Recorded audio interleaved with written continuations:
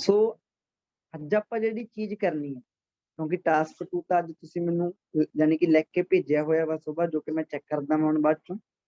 ਤਾਂ देखो अज आप टास्क 2 तो करांगे नहीं। रीसेंटली आप सैटरडे वाले दिन टास्क 1 कीता सीगा, फ्राइडे आप टास्क 2 कीते सीगे। अज आप मेन करते हैं चीज जी थोड़ियां जी आप थॉट्स के उपर काम करते हैं, थोड़े जे आप डिफिकल्ट जो अपने टॉपिक वगैरह हो सकते, जो अपने डिफिकल्ट टॉपिक्स वगैरह हो सकते हैं फाइनल दे विच उन्हां ते आपां गल करते हैं, ते वो यानी कि रिपीट हो सकते होंगे जी। ठीक, यानी कि किसी भी टाइम वो रिपीट हो सकते होंगे। नॉर्मली जे आपां हुण देखीए तो देखो, जिवें आपां मंनदे कि टास्क 2 हैल्थ उपर हो सकदा, टास्क 2 क्राइम उपर हो सकदा, फिर एजुकेशन उपर हो सकदा जी, फिर यानी कि बिजनेस ਜਾਂ ਮਨੀ ਦੇ ਉੱਪਰ ਹੋ ਸਕਦਾ ਜੀ।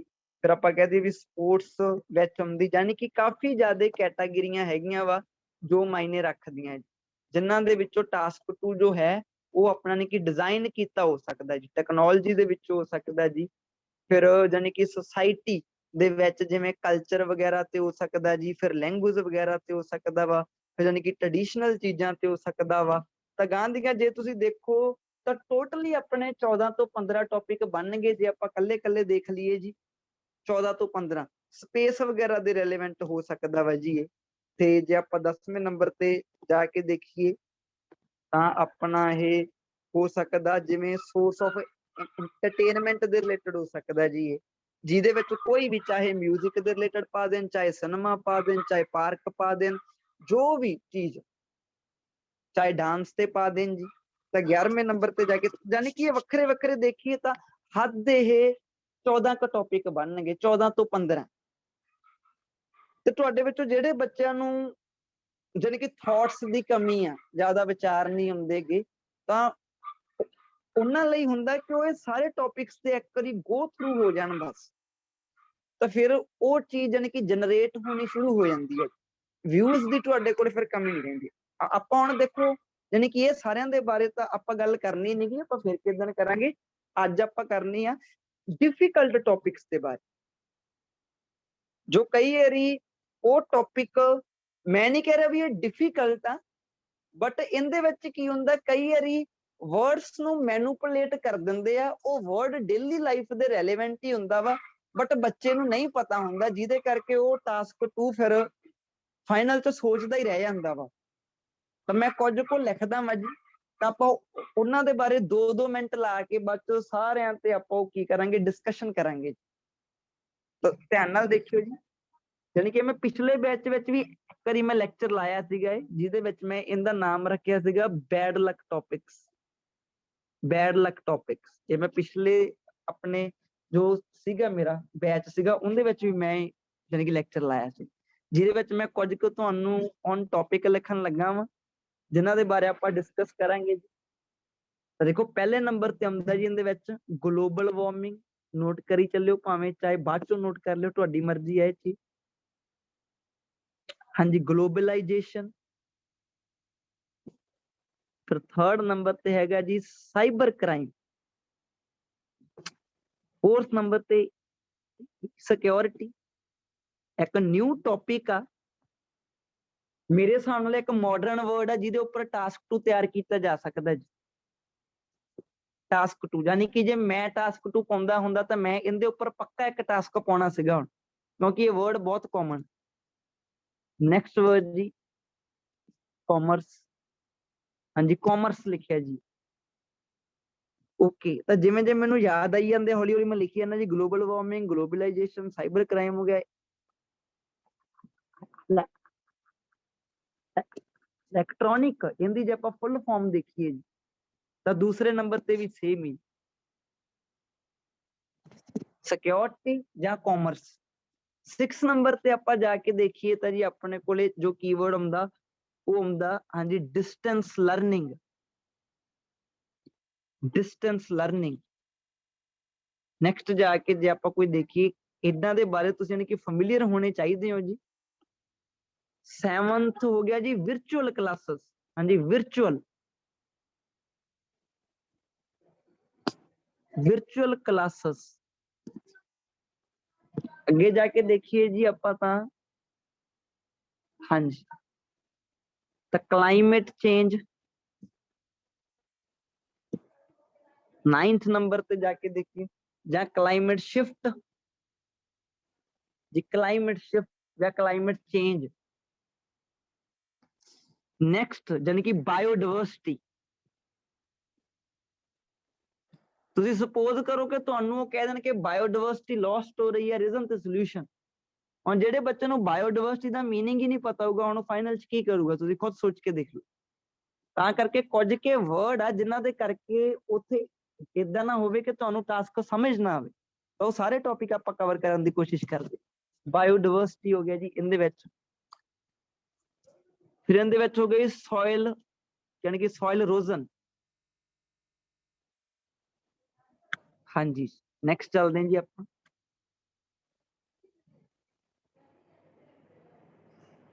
ਸੋਇਲ ਇਰੋਜ਼ਨ ਇੱਥੇ ਲਿਖਦੇ ਆਪਾਂ ਅੱਗੇ ਜਾ ਕੇ ਦੇਖੀਏ ਤਾਂ ਜੀ ਹਾਂਜੀ ਸੋਲਰ ਜਾਂ ਇੱਥੇ ਹੋ ਸਕਦਾ ਜੀ ਉਹ ਕਹਿੰਦੇ ਕਿ ਵਿੰਡ ਯਾਨੀ ਕਿ એનર્ਜੀ 12ਵੇਂ ਦੇ ਵਿੱਚ ਮੈਂ ਦੋ ਕੀਵਰਡ ਲਿਖਣ ਲੱਗਾ ਜੀ ਹਾਂਜੀ ਰੀਨਿਊਏਬਲ ਸੋਰਸਸ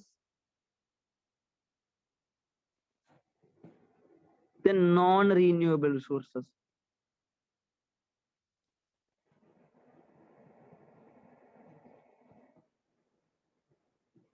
थर्टीन नंबर ते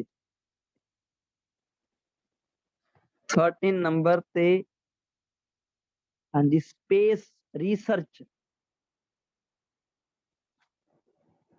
जहां इत्थे हो सकता है स्पेस एक्सप्लोरेशन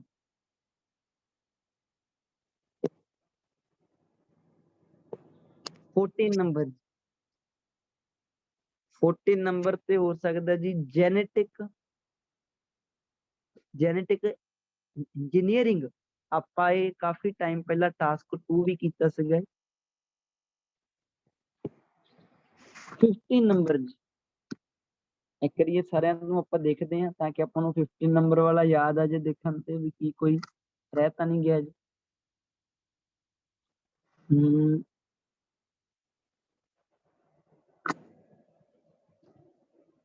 ਓਕੇ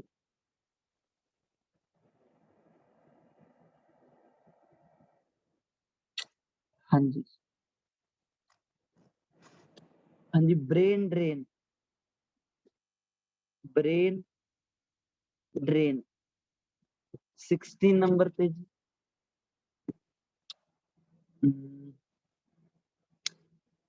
16 हो सकता है यानी कि मोनोकल्चर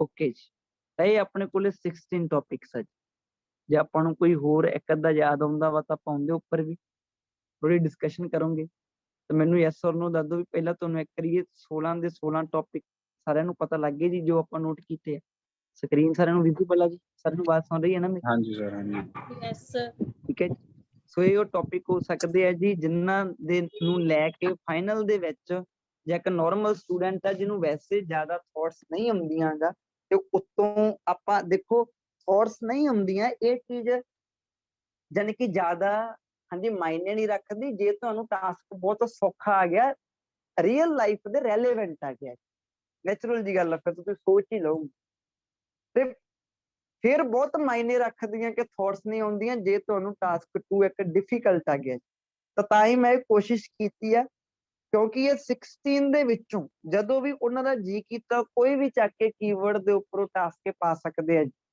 ਜਿਵੇਂ ਸਪੇਸ ਦੇ ਰੈਲੇਵੈਂਟ ਜਾ ਕੇ ਦੇਖੋ ਤਾਂ ਪਾਸਟ ਦੇ ਵਿੱਚ ਟਾਸਕ ਪਾਏ ਹੋਏ ਆ ਸਾਲ ਦੇ ਵਿੱਚ 1 ਟਾਈਮ ਤਾਂ ਸਪੇਸ ਰਿਸਰਚ ਤੇ ਪਾਇਆ ਹੋਇਆ डिस्टेंस लर्निंग होगी साइबर क्राइम हो गया फिर बायोडाइवर्सिटी होगी इन्ना उपर जाने कि जदों भी दिल करे तो टास्क पा सकते हैं जी मर्जी आ उन्होंने तो चलो आप हुण हल्की हल्की डिस्कशन जी करांगे जी आप ज्यादा डेप्थ विच नहीं जावांगे काम दीयां चीज़ां तुसीं नोट कर लिओ जिहड़ियां जिहड़ियां तुहानूं पता होणियां चाहीदियां वा जी मैं दोने इकट्ठे वर्ड एक पासे मैं वर्ड अकाउंट रखन लगा ग्लोबल वार्मिंग। चलो आप कल्ला कल्ला ही करते हैं जी। ग्लोबल का मतलब की हुंदा जी अपना सारा ग्लोब, सारा ग्लोब।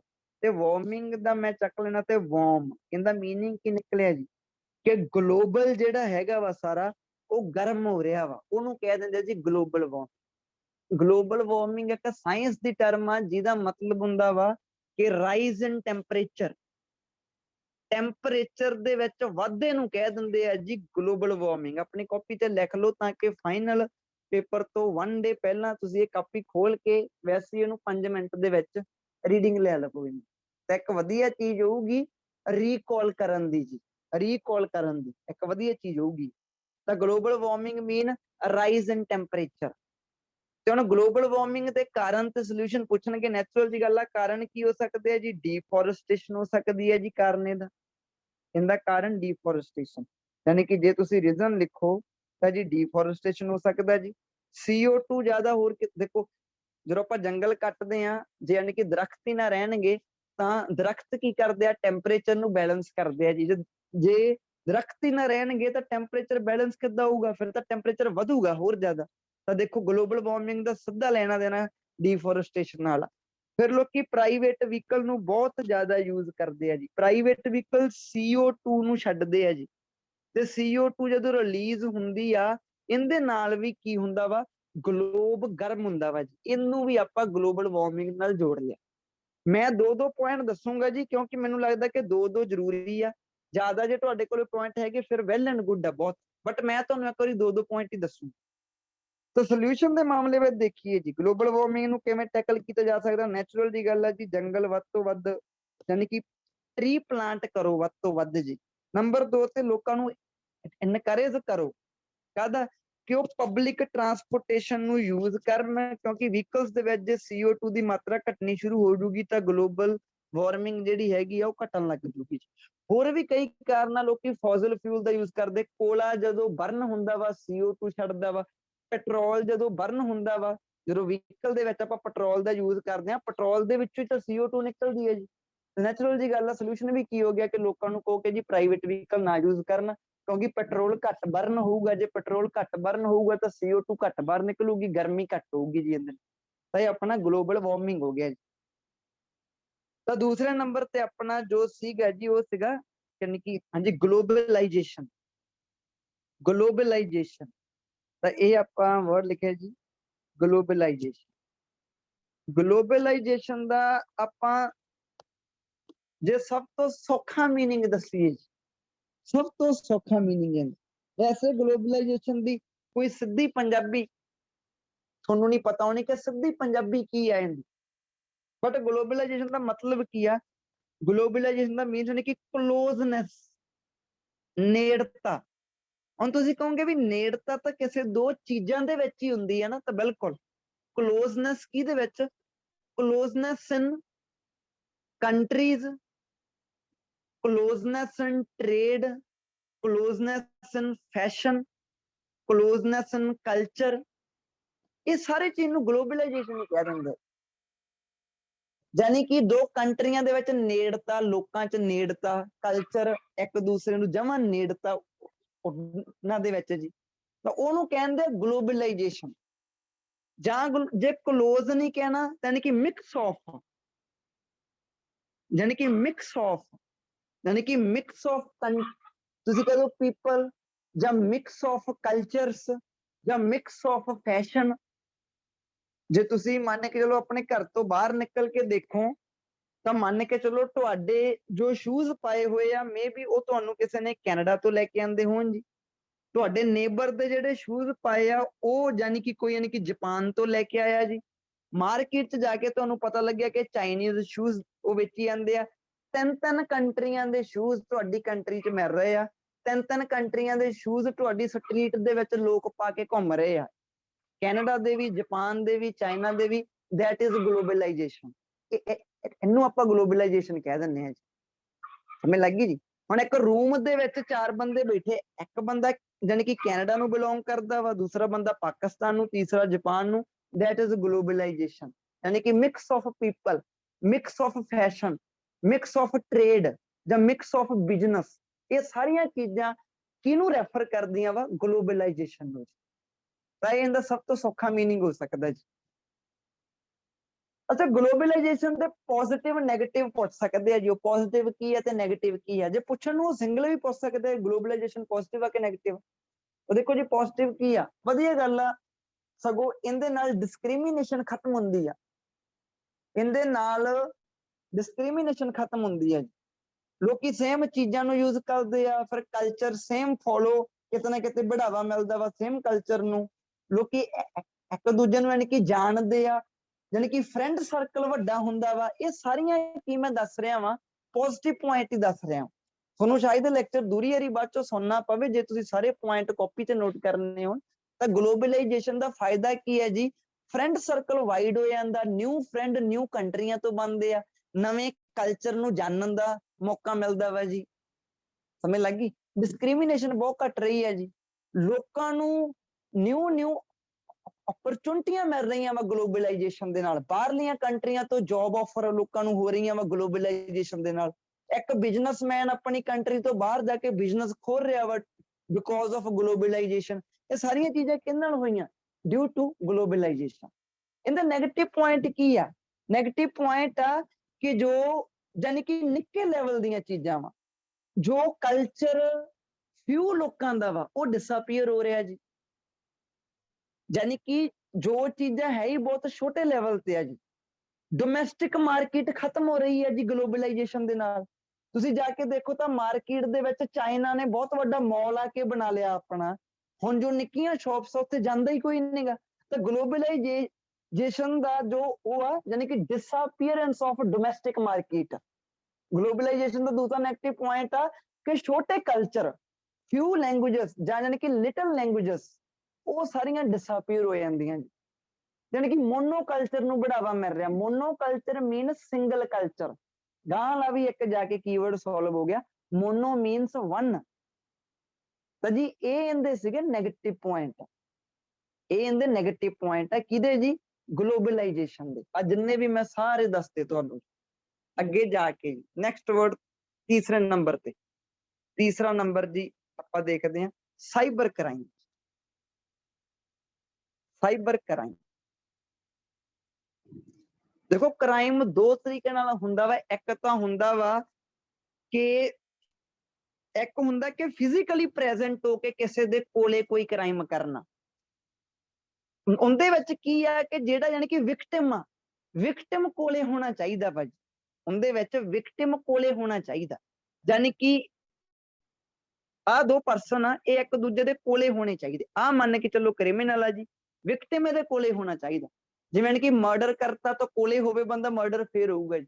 ਕਿਸੇ ਨੂੰ ਮਾਰਨਾ, ਕਿਸੇ ਨੂੰ ਯਾਨੀ ਕਿ ਲੁੱਟਣਾ ਵਾ, ਸਨੈਚਿੰਗ ਕਰਨੀ ਆ, ਉਹ ਤੋਂ ਦਾ ਬੈਗ ਖੋਣਾ, ਪੈਸੇ ਖੋਣੇ, ਤਾਂ ਬੰਦਾ ਕੋਲੇ ਹੋਣਾ ਚਾਹੀਦਾ ਇੱਕ ਦੂਜੇ ਦੇ ਫਿਜ਼ੀਕਲੀ। ਤੇ ਸਾਈਬਰ ਕ੍ਰਾਈਮ ਮੀਨਸ ਉਹ ਕ੍ਰਾਈਮ ਜਿਹੜਾ ਦੂਰ ਬੈਠ ਕੇ ਵੀ ਕੀਤਾ ਜਾ ਸਕਦਾ with the help of internet. Net the help ਦੇ ਨਾਲ ਜਿਹੜਾ ਕ੍ਰਾਈਮ, ਯਾਨੀ ਕਿ ਤੁਸੀਂ ਇੱਥੇ ਬੈਠੇ ਹੋ ਆਪਣੇ ਘਰ ਦੇ ਵਿੱਚ ਤੇ ਉਹ ਪਰਸਨ ਤੁਹਾਡੇ ਕੋਲ ਆਉਣ ਦੀ ਲੋੜ ਨਹੀਂ ਗੀ। ਉਹ ਆਪਣੇ ਖੁਦ ਦੇ ਘਰ ਬੈਠਾ ਬੈਠਾ ਤੁਹਾਡੀ ਬੈਂਕ ਦੇ ਵਿੱਚੋਂ ਪੈਸੇ ਯਾਨੀ ਕਿ ਵਿਦਡਰਾ ਕਰਾ ਕੇ ਲੈ ਗਿਆ। ਕਿੱਦਾਂ? ਤੁਹਾਡਾ ਮੋਬਾਈਲ ਫੋਨ ਹੈਕ ਕਰਕੇ ਉਹਦੇ ਉੱਪਰ ਉਹਨੇ ਫਿਰ OTP ਜੋ ਹੈ ਯਾਨੀ ਕਿ ਉਹ ਮੰਗਵਾ ਲਿਆ, ਦੇਖ ਲਿਆ ਤੇ ਟ੍ਰਾਂਜੈਕਸ਼ਨ ਕਰ ਲਈ ਆਪਣੇ ਅਕਾਊਂਟ ਦੇ ਵਿੱਚ। ਕਿਉਂਕਿ ਉਹਨੇ ਘਰੇ ਬੈਠੇ ਬੈਠੇ ਤੁਹਾਡੀ ਜੋ ਯਾਨੀ ਕਿ ਫੇਸਬੁੱਕ ਅਕਾਊਂਟ ਆ ਉਹ ਹੈਕ ਕਰ ਲਿਆ। ਉਹਦੇ ਲਈ ਉਹਨੂੰ ਯਾਨੀ ਕਿ ਤੁਹਾਡੇ ਕੋਲੇ ਹੋਣ ਦੀ ਜ਼ਰੂਰਤ ਨਹੀਂ ਗੀ। ਉਹ ਕ੍ਰਾਈਮ ਜਿਹੜਾ ਦੂਰ ਬਹਿ ਕੇ ਯਾਨੀ ਕਿ ਨੈਟ ਦੀ ਦੁਨੀਆ ਦੇ ਵਿੱਚ ਕੀਤਾ ਜਾਵੇ, ਉਹਨੂੰ ਸਾਈਬਰ ਕ੍ਰਾਈਮ ਕਹਿ ਦਿੰਦੇ ਆ।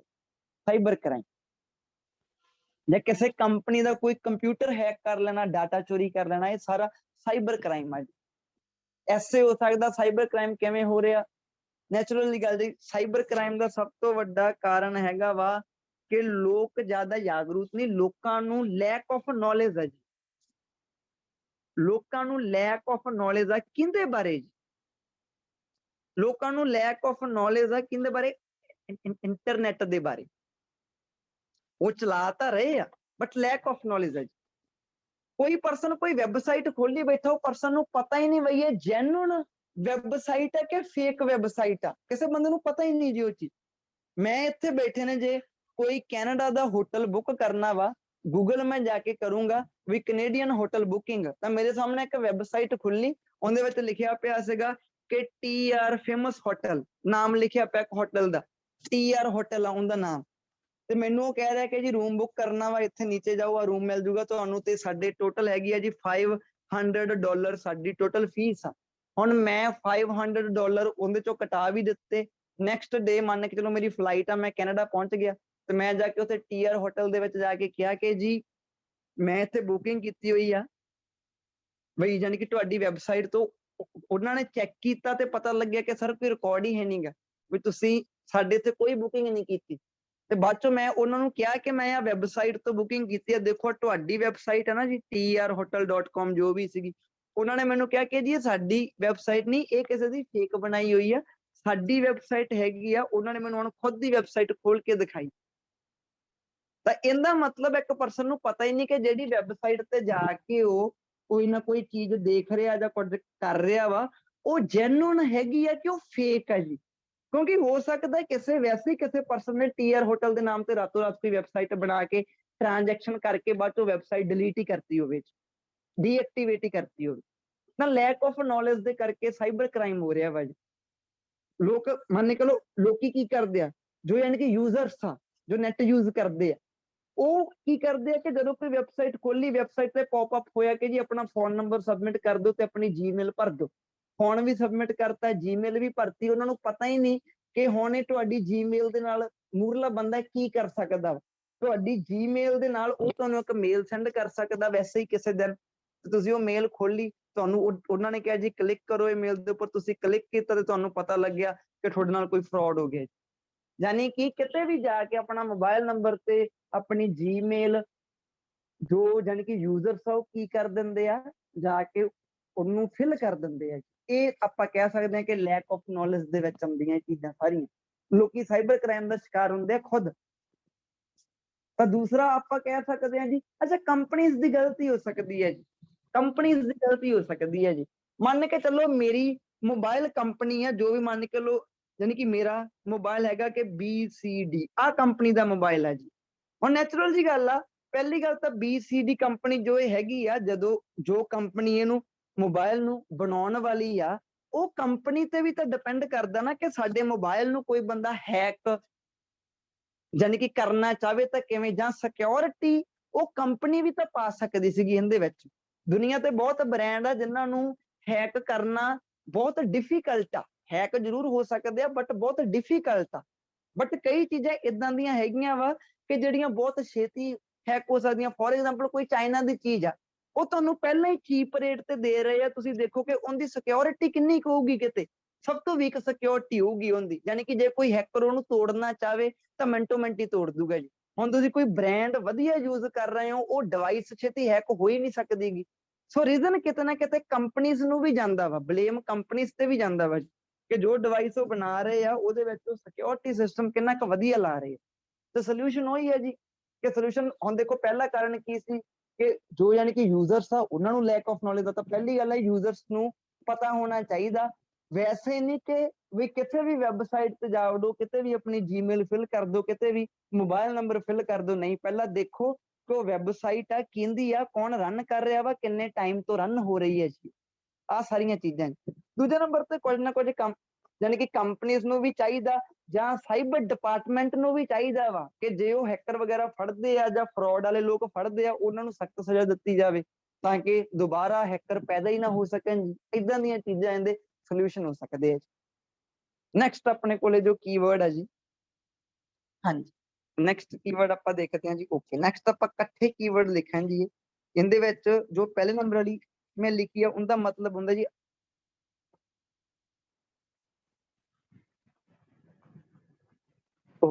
ਯਾਨੀ ਕਿ ਇਲੈਕਟ੍ਰੋਨਿਕ। ਇਹਦਾ ਮਤਲਬ ਕੀ ਕਿ with the help of mobile ਹੋ ਸਕਦਾ ਵਾ ਜੀ, ਲੈਪਟਾਪ ਹੋ ਸਕਦਾ ਵਾ। ਠੀਕ ਹੈ ਜੀ, ਕਿਤੇ ਨਾ ਕਿਤੇ ਇਹ ਟਰਮ ਵੀ ਇੰਟਰਨੈਟ ਨੂੰ ਹੀ ਡਿਨੋਟ ਕਰਦੀ ਹੈ ਜੀ। ਬਟ ਇਹਦੇ ਲਈ ਕੋਈ ਡਿਵਾਈਸ ਹੋਣਾ ਜ਼ਰੂਰੀ ਆ। ਮੋਬਾਈਲ ਹੋ ਗਿਆ ਜੀ ਜਾਂ ਫਿਰ ਜੀ ਇਹਦੇ ਲਈ ਕੀ ਹੋ ਗਿਆ, ਲੈਪਟਾਪ ਹੋ ਗਿਆ ਜੀ। ਹੁਣ ਇਹ ਦੋ ਆ ਜੀ। ਇੱਕ ਤਾਂ ਕਹਿੰਦੇ ਉਹ ਕਹਿੰਦੇ ਕਿ ਉਹ ਕਹਿੰਦੇ ਕਿ ਇਲੈਕਟ੍ਰੋਨਿਕ ਸਿਕਿਉਰਿਟੀ ਦੀ ਗੱਲ ਕਰ ਰਹੇ। ਇਹ ਸਿਕਿਉਰਿਟੀ ਕਿਹੜੀ ਹੋ ਗਈ, ਯਾਨੀ ਕਿ ਇਲੈਕਟ੍ਰੋਨਿਕ ਸਿਕਿਉਰਿਟੀ ਕਿਹੜੀ ਹੋ ਗਈ, ਆਪਾਂ ਇਹਦੇ ਬਾਰੇ ਗੱਲ ਕਰਦੇ ਹਾਂ। ਦੂਜੇ ਨੰਬਰ ਤੇ ਹੋ ਜਾਣੀ ਕਿ ਇਲੈਕਟ੍ਰੋਨਿਕ ਕਾਮਰਸ। ਹਾਂਜੀ, ਕਾਮਰਸ ਮੀਨਸ ਬਿਜ਼ਨਸ। ਉਹ ਬਿਜ਼ਨਸ ਜਿਹੜਾ ਮੋਬਾਈਲ ਫੋਨ ਤੇ ਕੀਤਾ ਜਾਵੇ, ਲੈਪਟਾਪ ਤੇ ਕੀਤਾ ਜਾਵੇ with the help of net, ਤਾਂ ਉਹ ਆਪਣਾ ਇਹ ਬਿਜ਼ਨਸ ਹੋਗਾ। ਬਿਜ਼ਨਸ ਦੋ ਤਰ੍ਹਾਂ ਦੇ ਹੈ, ਯਾਨੀ ਕਿ ਟ੍ਰੈਡੀਸ਼ਨਲ ਬਿਜ਼ਨਸ, ਯਾਨੀ ਕਿ ਇਲੈਕਟ੍ਰੋਨਿਕ ਬਿਜ਼ਨਸ। ਜੋ ਟ੍ਰੈਡੀਸ਼ਨਲ ਬਿਜ਼ਨਸ ਕਿਹੜਾ ਵਾ, ਉਹਦੇ ਲਈ ਤੁਹਾਨੂੰ ਪਹਿਲਾਂ ਪ੍ਰੋਪਰਟੀ ਬਾਏ ਕਰਨੀ ਪੈਣੀ ਆ, ਉਹਦੇ ਉੱਪਰ ਕੋਈ ਬਿਲਡਿੰਗ ਪਾਉਣੀ ਪੈਣੀ ਆ, ਬਿਲਡਿੰਗ ਪਾ ਕੇ ਤੁਸੀਂ ਉਹਦੇ ਵਿੱਚ ਸਮਾਨ ਵਗੈਰਾ ਲਿਆ ਕੇ ਰੱਖੋਗੇ ਤੇ ਗਾਹਕ ਆਉਣੇ ਸਟਾਰਟ ਹੋ ਜਾਣਗੇ। ਇਹ ਹੈਗਾ ਵਾ ਟ੍ਰੈਡੀਸ਼ਨਲ ਬਿਜ਼ਨਸ। ਹੁਣ ਕੀ ਹੈ ਜੀ, ਹੁਣ ਤੁਸੀਂ ਇੱਕ YouTube ਚੈਨਲ ਬਣਾ ਲਓ ਜਾਂ ਤੁਸੀਂ ਇੱਕ ਵੈਬਸਾਈਟ ਬਣਾ ਲਓ। ਫੋਰ ਐਗਜ਼ਾਮਪਲ ਮੈਂ ਆ, ਮੇਰਾ YouTube ਚੈਨਲ ਆ, ਤਾਂ ਦੇਖੋ ਹੁਣ ਦੇਖੋ ਵੈਸੇ ਮੇਰਾ ਸੈਂਟਰ ਹੈਗਾ ਮੋਗੇ, ਬਟ ਉਹ ਮੇਰੀ ਮਰਜ਼ੀ ਆ। ਸੈਂਟਰ ਜੇ ਮੇਰਾ ਨਾ ਵੀ ਹੋਵੇ ਬਾਏ ਚਾਂਸ, ਤਾਂ ਹੁਣ ਮੰਨ ਕੇ ਚਲੋ ਮੇਰਾ ਸੈਂਟਰ ਹੈ ਨਹੀਂਗਾ, ਮੈਂ ਜਸਟ YouTube ਉੱਪਰ ਆ, ਤਾਂ ਦੇਖੋ ਫਿਰ ਮੇਰੀ ਕੋਈ ਫਿਜ਼ੀਕਲ ਬਿਲਡਿੰਗ ਹੀ ਹੈ ਨਹੀਂ ਕਿਤੇ ਵੀ ਸਾਰੀ ਦੁਨੀਆ ਦੇ ਵਿੱਚ, ਤਾਂ ਮੈਂ ਫਿਰ ਬਿਜ਼ਨਸ ਸਿਰਫ ਕਿਹਦੇ ਤੋਂ ਕਰ ਰਿਹਾ, ਜਸਟ YouTube ਦੇ ਥਰੂ।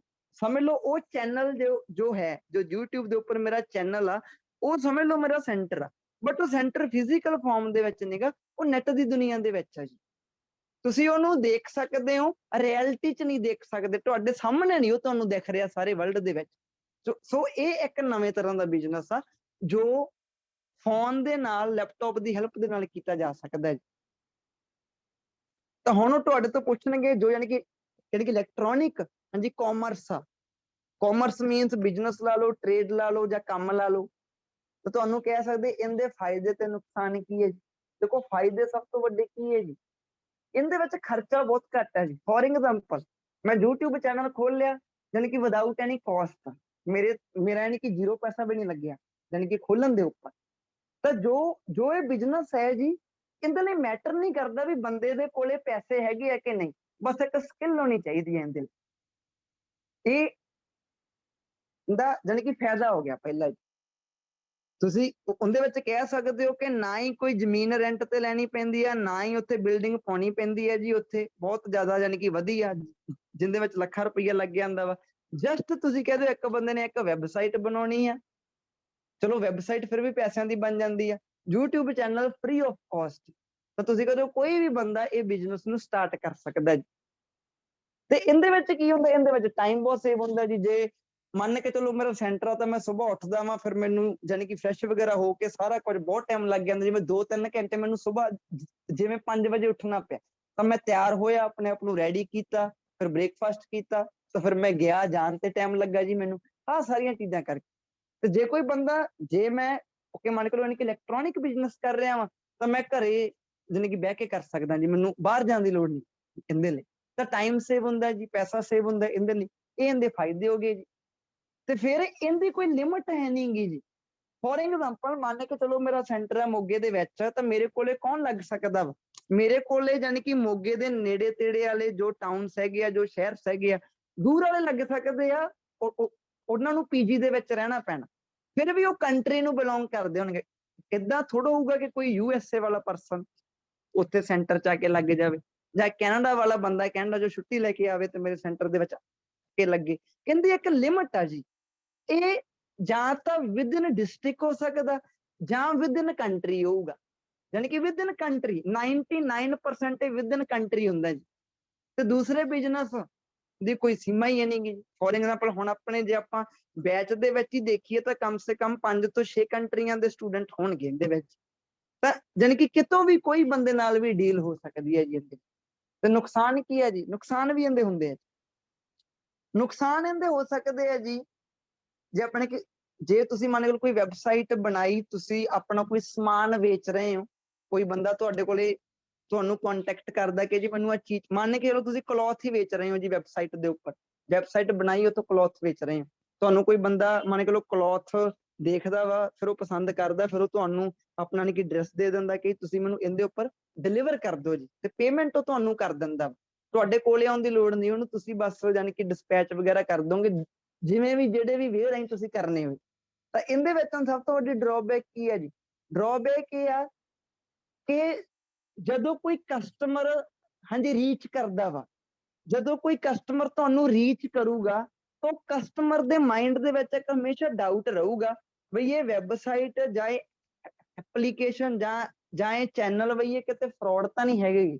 ਇਹ ਡਾਊਟ ਕਸਟਮਰ ਦੇ ਚੈਨਲ 'ਚ ਰਹਿੰਦਾ ਵਾ, ਸੌਰੀ ਕਸਟਮਰ ਦੇ ਮਾਈਂਡ ਦੇ ਵਿੱਚ।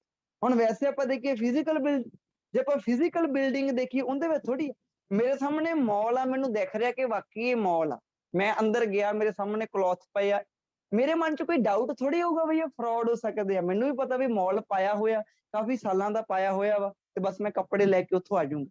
ਬਟ ਜੇ ਆਪਾਂ ਤੁਸੀਂ ਕਿਤੇ ਵੈਬਸਾਈਟ ਤੋਂ ਕੱਪੜੇ ਬਾਏ ਕਰਨ ਦੀ ਸੋਚ ਰਹੇ ਹੋ ਤਾਂ ਤੁਹਾਡੇ ਮਨ 'ਚ ਡਾਊਟ ਹੋਊਗਾ ਜੀ। ਯਾਨੀ ਕਿ ਕਸਟਮਰ ਰੀਚ ਕਈ ਵਾਰੀ ਨਹੀਂ ਕਰਦਾ, ਜਿਵੇਂ ਕਸਟਮਰ ਦੇ ਮਾਈਂਡ ਦੇ ਵਿੱਚ ਡਾਊਟ ਬੜੇ ਹੁੰਦੇ ਆ ਜੀ ਰੀਚ ਕਰਨ ਤੋਂ ਪਹਿਲਾਂ। ਇਹ ਇਹਦਾ ਇੱਕ ਕੀ ਹੋ ਸਕਦਾ ਵਾ, ਆਪਾਂ ਕਹਿ ਦਈਏ ਡਰਾਬੈਕ ਹੋ ਸਕਦੀ ਹੈ। ਤੁਸੀਂ ਕਹਿੰਦੇ ਹੋ ਸਟਾਰਟਰ ਛੇਤੀ ਚੱਲਦੇ ਨਹੀਂਗੇ।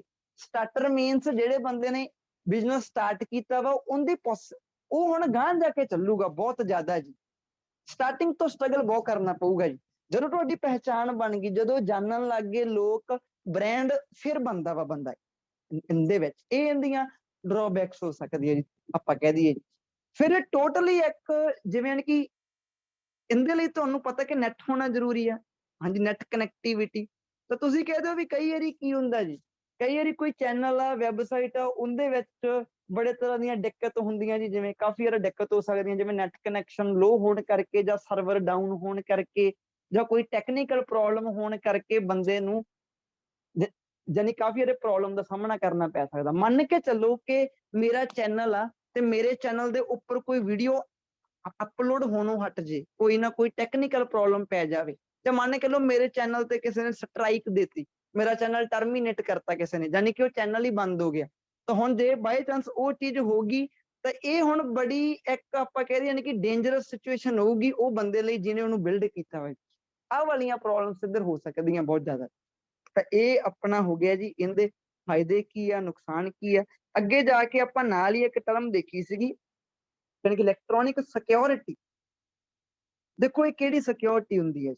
ਇਹ ਹੁਣ ਨਿਊ ਤਰ੍ਹਾਂ ਦੀ ਸਿਕਿਉਰਿਟੀ ਚੱਲਦੀ ਹੈ, ਤੁਹਾਨੂੰ ਸਾਰਿਆਂ ਨੂੰ ਪਤਾ ਕਿ ਜਿਵੇਂ ਤੁਹਾਡਾ ਡੋਰ ਜਾਨੀ ਕਿਹਦੇ ਨਾਲ ਕਨੈਕਟ ਕੀਤਾ ਵਾ, ਤੁਹਾਡੇ ਮੋਬਾਈਲ ਫੋਨ ਦੇ ਨਾਲ।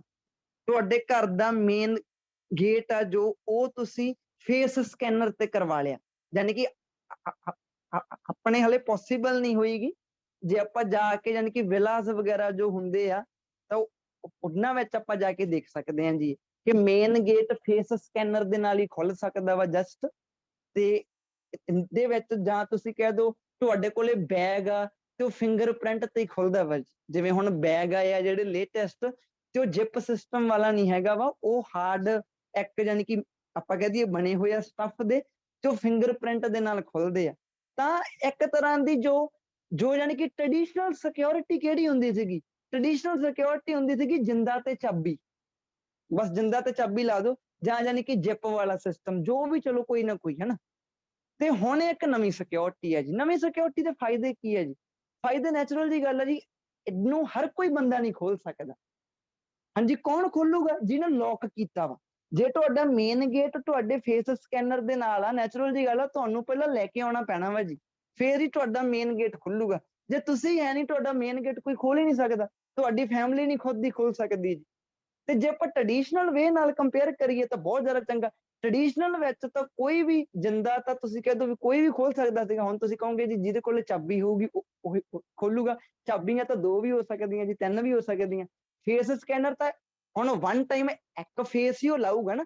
ਡੋਰ ਤੇ ਫਿੰਗਰਪ੍ਰਿੰਟ ਆ, ਫਿੰਗਰਪ੍ਰਿੰਟ ਤੁਸੀਂ 1 ਨਹੀਂ ਕਰੋਗੇ ਨਾ ਸੈੱਟ, ਚਲੋ ਜੇ 2 ਵੀ ਕਰ ਲਏ ਤਾਂ ਉਹ ਦੋਨਾਂ ਦੇ ਵਿੱਚੋਂ ਕੋਈ ਪਰਸਨ ਤਾਂ ਕੋਲੇ ਹੋਣਾ ਚਾਹੀਦਾ ਵਾ ਨਾ ਤੁਹਾਡੇ, ਉਹ ਨਹੀਂ ਖੁੱਲਣਾ। ਠੀਕ ਹੈ ਜੀ, ਜਾਨੀ ਕਿ ਇਹ ਲੇਟੈਸਟ ਸਿਕਿਉਰਿਟੀ ਨੂੰ ਹਰ ਕੋਈ ਬੰਦਾ ਨਹੀਂ ਤੁਸੀਂ ਕਹਿ ਦਿਓ ਵੀ ਖੋਲ ਸਕਦਾ। ਜਿਹੜੇ ਬੰਦੇ ਨੇ ਲੌਕ ਕੀਤਾ ਵਾ ਉਹ ਬੰਦੇ ਦਾ ਕੋਲੇ ਹੋਣਾ ਜ਼ਰੂਰੀ ਹੈ ਜੀ। ਠੀਕ ਹੈ ਜੀ। ਫਿਰ ਇਹਦਾ ਫਾਇਦਾ ਕੀ ਆ ਕਿ ਕ੍ਰਾਈਮ ਬਹੁਤ ਜ਼ਿਆਦਾ ਘਟ ਗਿਆ ਜੀ, ਕ੍ਰਾਈਮ ਬਹੁਤ ਜ਼ਿਆਦਾ ਘਟ ਗਿਆ ਜੀ। ਹੁਣ ਬਾਈਕ ਦੇ ਵਿੱਚ ਸੈਂਸਰ ਸਿਸਟਮ ਲਾਇਆ ਹੋਇਆ, ਉਹ ਇੱਕ ਤਰ੍ਹਾਂ ਦੀ ਇੱਕ ਸਿਕਿਉਰਿਟੀ ਦਿੱਤੀ ਆ ਹੁਣ ਬਾਈਕ ਨੂੰ ਜੀ। ਹੁਣ ਜੋ ਲੇਟੈਸਟ ਬਾਈਕ ਲਾਂਚ ਹੋ ਰਹੇ ਆ ਉਹਨਾਂ ਦੇ ਵਿੱਚ GPS ਸਿਸਟਮ ਆ ਜੀ। ਇਹਦਾ ਮਤਲਬ ਤੁਹਾਨੂੰ ਜੇ ਤੁਹਾਡਾ ਜੇ ਬਾਈਕ ਕੋਈ ਮੰਨ ਕੇ ਲਓ ਚੋਰ ਲੈ ਵੀ ਗਿਆ ਤਾਂ ਤੁਹਾਡੇ ਯਾਨੀ ਕਿ ਮੋਬਾਈਲ ਦੇ ਨਾਲ ਤੁਹਾਨੂੰ ਪਤਾ ਲੱਗਦਾ ਰਹੂਗਾ ਮੇਰਾ ਜੋ ਬਾਈਕ ਆ ਉਹ ਕਿੱਥੇ ਜਾਈ ਜਾਂਦਾ ਵਾ, ਕਿੱਥੇ ਪਹੁੰਚ ਗਿਆ। ਤੁਸੀਂ ਕਮ ਸੇ ਕਮ ਉਹਨੂੰ ਟਰੈਕ ਕਰ ਸਕਦੇ ਹੋ ਜੀ। ਤਾਂ ਇਹ ਹੋ ਸਕਦਾ ਜੀ, ਆਪਾਂ ਕਹਿ ਦਈਏ ਇਹਦੇ ਜੋ ਫਾਇਦੇ ਆ, ਕ੍ਰਾਈਮ ਘਟ ਸਕਦਾ ਬਹੁਤ ਹੱਦ ਤੱਕ ਜੀ, ਤੇ ਸਿਕਿਉਰਿਟੀ ਹੋਰ ਜ਼ਿਆਦਾ ਮਜ਼ਬੂਤ ਹੋ ਜਾਂਦੀ ਹੈ, ਹਰ ਕੋਈ ਬੰਦਾ ਨਹੀਂ ਖੋਲ ਸਕਦਾ ਜੀ, ਇਹ ਇਹਦੇ ਫਾਇਦੇ ਹੋ ਸਕਦੇ। ਕੁਝ ਕੁ ਨੁਕਸਾਨ ਵੀ ਹੋ ਸਕਦੇ ਆ ਜੀ। ਨੁਕਸਾਨ ਆਪਾਂ ਇਹਦੇ ਕਹਿ ਸਕਦੇ ਹਾਂ ਜੀ, ਇਹਦੇ ਨਾਲ ਤੁਸੀਂ ਕਹਿ ਦਿਓ ਵੀ ਜਿਵੇਂ ਬੰਦੇ ਦਾ ਕੋਲੇ ਹੋਣਾ ਜ਼ਰੂਰੀ ਹੈ ਜੀ, ਉਹ ਬੰਦਾ ਜਿਹਨੇ ਉਹ ਚੀਜ਼ ਲੌਕ ਕੀਤੀ ਹੈ, ਜਾਣੀ ਕਿ ਉਹ ਬੰਦੇ ਦਾ ਕੋਲੇ ਹੋਣਾ ਜ਼ਰੂਰੀ ਹੈ ਜੀ। ਬਾਈ ਚਾਂਸ ਜੇ ਕੋਲੇ ਨਾ ਹੋਵੇ ਤਾਂ ਇਹ ਕਾਫੀ ਜ਼ਿਆਦਾ ਚੀਜ਼ ਜਿਹੜੀ ਹੁੰਦੀ ਹੈ ਖਤਰਨਾਕ ਹੋ ਸਕਦੀ ਹੈ ਜੀ। ਤੁਸੀਂ ਯਾਨੀ ਕਿ ਮੋਬਾਈਲ ਤੇ ਹੀ ਲਾ ਲਓ, ਮੋਬਾਈਲ ਫੋਨ ਮੰਨ ਕੇ ਚੱਲੋ, ਤੁਸੀਂ ਕੋਈ ਵੀ ਕਿਸੇ ਪਰਸਨ ਦਾ ਮੋਬਾਈਲ ਫੋਨ ਆ, ਤੇ ਉਹ ਹੁਣ ਜੇ ਬਾਈ ਚਾਂਸ ਉਹ ਬੰਦੇ, ਜੋ ਬੰਦਾ ਕੋਲੇ ਨਾ ਹੋਵੇ, ਉਹ ਫੈਮਿਲੀ ਚ ਹੋਵੇ, ਯਾਨੀ ਕਿ ਜੋ ਮੋਬਾਈਲ ਫੋਨ ਆ ਉਹ ਫੈਮਿਲੀ ਦੇ ਕੋਲੇ ਆ, ਤਾਂ ਫੈਮਿਲੀ ਉਹਨੂੰ ਖੋਲ ਨਹੀਂ ਸਕਦੀ ਜੀ, ਯਾਨੀ ਕਿ ਉਹਨੂੰ ਉਹਦਾ ਜੋ ਲੌਕ ਆ ਉਹ ਖੋਲ ਨਹੀਂ ਸਕਦੀ।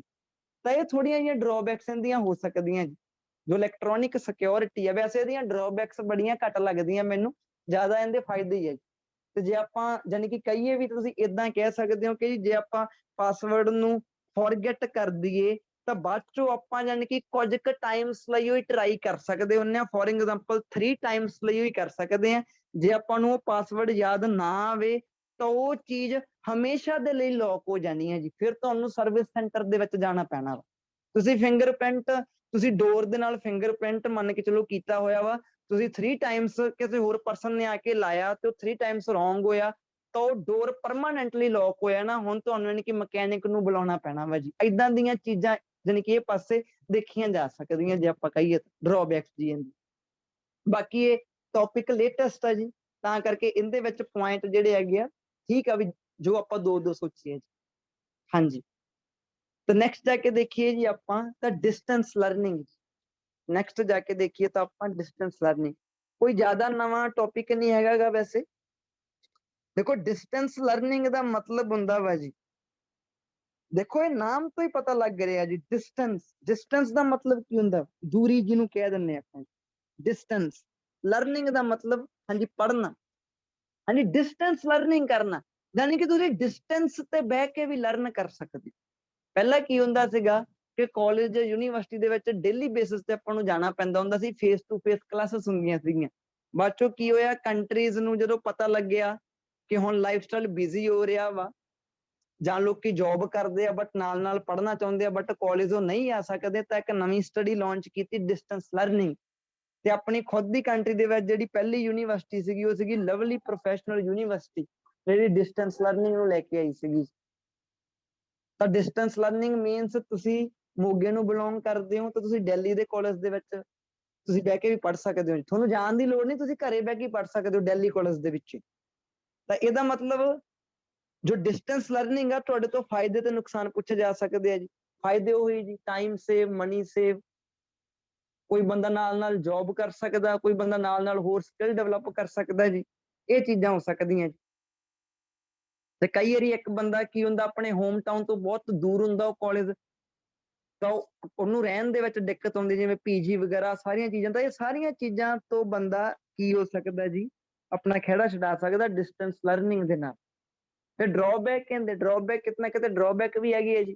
ਕਿੱਥੇ ਆਪਾਂ ਫੇਸ ਟੂ ਫੇਸ ਜਾ ਕੇ ਸਿੱਖਣਾ, ਆਪਾਂ ਨੂੰ ਕਲੈਰਿਟੀ ਜ਼ਿਆਦਾ ਹੁੰਦੀ ਹੈ ਕੰਸੈਪਟ ਦੇ ਵਿੱਚ, ਤਾਂ ਉਹ ਕਿਤੇ ਨਾ ਕਿਤੇ ਲੈਕ ਹੋ ਜਾਂਦੀ ਉਹ ਚੀਜ਼ ਦੇ ਵਿੱਚ। ਫਿਰ ਇੱਕ ਪਰਸਨ ਕਈ ਵਾਰੀ ਫੁੱਲੀ ਆਪਣਾ ਸਿਲੇਬਸ ਤਿਆਰ ਨਹੀਂ ਕਰ ਪਾਉਂਦਾ ਜੀ, ਉਹ ਘਰੇ ਬਹਿ ਕੇ ਉਹਨੂੰ ਪਤਾ ਨਹੀਂ ਲੱਗਦਾ ਕਿ ਮੈਂ ਕਿਵੇਂ ਪੜ੍ਹਾਂ ਜੀ ਖੁਦ, ਸਮਝ ਲੱਗ ਗਈ। ਤੇ ਫਿਰ ਉਹ ਕਿਉਂਕਿ ਉਹ ਬੰਦੇ ਨੂੰ ਕੋਈ ਗਾਈਡ ਕਰਨ ਵਾਲਾ ਹੈ ਨਹੀਂਗਾ, ਮੋਟੀਵੇਟ ਕਰਨ ਵਾਲਾ ਹੈ ਨਹੀਂਗਾ, ਉਹਦਾ ਜਿੱਦਾਂ ਦਾ ਜੇ ਮਨ ਕਰੂਗਾ ਤਾਂ ਪੜੂਗਾ, ਜੇ ਮਨ ਨਹੀਂ ਕਰੂਗਾ ਤਾਂ ਨਹੀਂ ਪੜੂਗਾ ਜੀ। ਤੇ ਜੇ ਆਪਾਂ ਫੇਸ ਟੂ ਫੇਸ ਕਲਾਸਿਸ ਜਾ ਕੇ ਦੇਖੀਏ, ਕਮ ਸੇ ਕਮ ਜਾ ਕੇ ਲੈਕਚਰ ਤਾਂ ਡੇਲੀ ਲਾਊਗਾ ਨਾ। ਤਾਂ ਕਈ ਸਕਿੱਲ ਡਿਵੈਲਪ ਨਹੀਂ ਹੋ ਸਕਦੀਆਂ ਜੋ ਕਾਲਜ ਦੇ ਵਿੱਚ ਹੀ ਡਿਵੈਲਪ ਹੋਣੀਆਂ ਹੁੰਦੀਆਂ ਜੀ। ਜਿਵੇਂ ਕਿ ਮੰਨ ਕੇ ਚੱਲੋ, ਹੋਰ ਫਰੈਂਡਸ ਦੇ ਨਾਲ ਕਿਵੇਂ ਬਾਉਂਡੇਸ਼ਨ ਬਣਾਉਣੀ, ਟੀਮ ਦੇ ਵਿੱਚ ਕਿਵੇਂ ਕੰਮ ਕਰਨਾ ਜੀ, ਇਕੱਠਿਆਂ ਨੇ ਰਲ ਕੇ ਕਿਸੇ ਪ੍ਰੋਜੈਕਟ ਨੂੰ ਕਿਵੇਂ ਤਿਆਰ ਕਰਨਾ, ਇਹ ਚੀਜ਼ਾਂ ਦੇ ਵਿੱਚ ਉਹ ਲੈਕ ਹੋ ਜਾਂਦਾ। ਕਿਤੇ ਨਾ ਕਿਤੇ ਜੌਬ ਦੇ ਵਿੱਚ ਜਾ ਕੇ ਵੀ ਇਹ ਉਹਨੂੰ ਥੋੜਾ ਜਿਹਾ ਜਾਨੀ ਕਿ ਡਿਫੈਕਟ ਕਰਦੀਆਂ ਉਹ ਚੀਜ਼ ਨੂੰ। ਤਾਂ ਇਹ ਆਪਣੀ ਹੋ ਗਈ ਡਿਸਟੈਂਸ ਲਰਨਿੰਗ। ਨੈਕਸਟ ਚੱਲਦੇ ਜੀ ਆਪਾਂ 7th ਤੇ, ਹਾਂਜੀ ਵਿਰਚੁਅਲ ਕਲਾਸਿਸ। ਵਿਰਚੁਅਲ ਕਲਾਸਿਸ ਸੇਮ ਆਪਾਂ ਹੁਣੀ, ਜਿਵੇਂ ਤੁਸੀਂ ਕਿਹੜੀ ਕਲਾਸ ਲੈ ਰਹੇ ਹੋ ਜੀ, ਕਲਾਸਿਸ ਦੋ ਤਰ੍ਹਾਂ ਦੀਆਂ ਹੁੰਦੀਆਂ ਜੀ। ਇੱਕ ਤਾਂ ਹੁੰਦੀਆਂ ਟ੍ਰੈਡੀਸ਼ਨਲ ਕਲਾਸਿਸ, ਟ੍ਰੈਡੀਸ਼ਨਲ ਕਿਹੜੀਆਂ, ਜਿਵੇਂ ਮੇਰਾ ਸੈਂਟਰ ਆ, ਟ੍ਰੈਡੀਸ਼ਨਲ ਕਲਾਸਿਸ ਬੱਚੇ ਉੱਥੇ ਆਉਂਦੇ ਆ, ਫੇਸ ਟੂ ਫੇਸ ਪੜ੍ਹਦੇ। ਇੱਕ ਹੁੰਦਾ ਜਿਵੇਂ ਤੁਸੀਂ ਜ਼ੂਮ ਐਪ ਤੇ ਹੁਣ ਕਲਾਸ ਲਾਈ ਜਾਂਦੇ ਹੋ, ਇਹ ਕੀ ਆ, virtual classes means ਤੁਸੀਂ ਕਲਾਸ ਲਾ ਰਹੇ ਹੋ ਬਟ ਮੈਂ ਰੀਅਲ ਦੇ ਵਿੱਚ ਤੁਹਾਡੇ ਕੋਲੇ ਨਹੀਂ ਬੈਠਾ ਹੋਇਆ ਜੀ। ਤੁਸੀਂ ਜ਼ੂਮ ਐਪ ਤੇ ਕਲਾਸ ਲਾ ਰਹੇ ਹੋ, ਤੁਸੀਂ ਮੈਨੂੰ ਵੈਸੇ ਦੇਖ ਪਾ ਰਹੇ ਹੋ, ਵੈਸੇ ਮੰਨ ਕੇ ਲਓ ਸੁਣ ਪਾ ਰਹੇ ਹੋ, ਬਟ ਤੁਸੀਂ ਰਿਐਲਿਟੀ ਦੇ ਵਿੱਚ ਮੇਰੇ ਕੋਲੇ ਨਹੀਂ ਬੈਠੇ। ਤਾਂ that's called virtual classes। So virtual classes ਦੇ ਵੀ ਸੇਮ ਆ ਜੀ।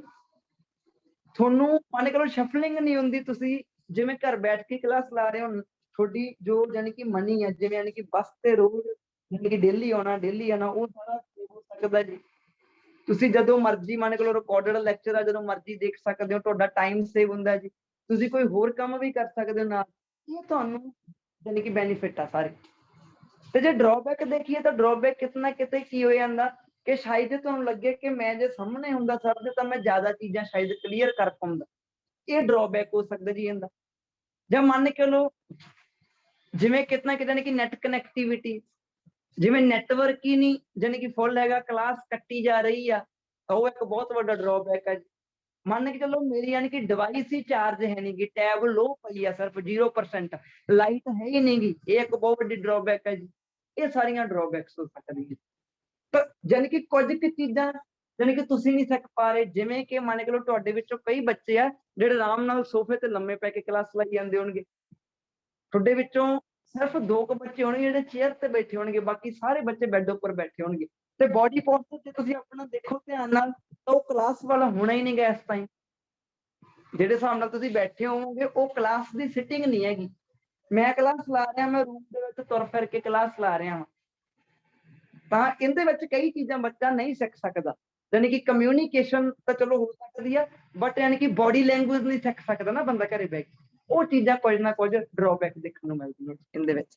ਡਿਸਟੈਂਸ ਸੌਰੀ ਯਾਨੀ ਕਿ virtual classes ਦੇ ਵਿੱਚ, ਯਾਨੀ ਕਿ ਡਿਸਟੈਂਸ ਲਰਨਿੰਗ ਦਾ ਵੀ ਸੇਮ ਹੀ ਹੈ ਜੀ। ਜੋ ਚੀਜ਼ਾਂ ਆਪਾਂ ਹੁਣੀ ਬੋਲੀਆਂ ਉਹ ਡਿਸਟੈਂਸ ਲਰਨਿੰਗ ਦੇ ਲਈ ਵੀ ਹੋ ਸਕਦੀਆਂ ਜੀ। ਅੱਗੇ ਚੱਲਦੇ ਹਾਂ ਜੀ, ਆਪਾਂ ਨੈਕਸਟ ਚੱਲਦੇ ਹਾਂ। ਤਾਂ ਨੈਕਸਟ ਆਪਣੇ ਕੋਲੇ ਆਉਂਦਾ ਜੀ ਓਕੇ ਕਲਾਈਮੇਟ ਚੇਂਜ ਜਾਂ ਕਲਾਈਮੇਟ ਸ਼ਿਫਟ।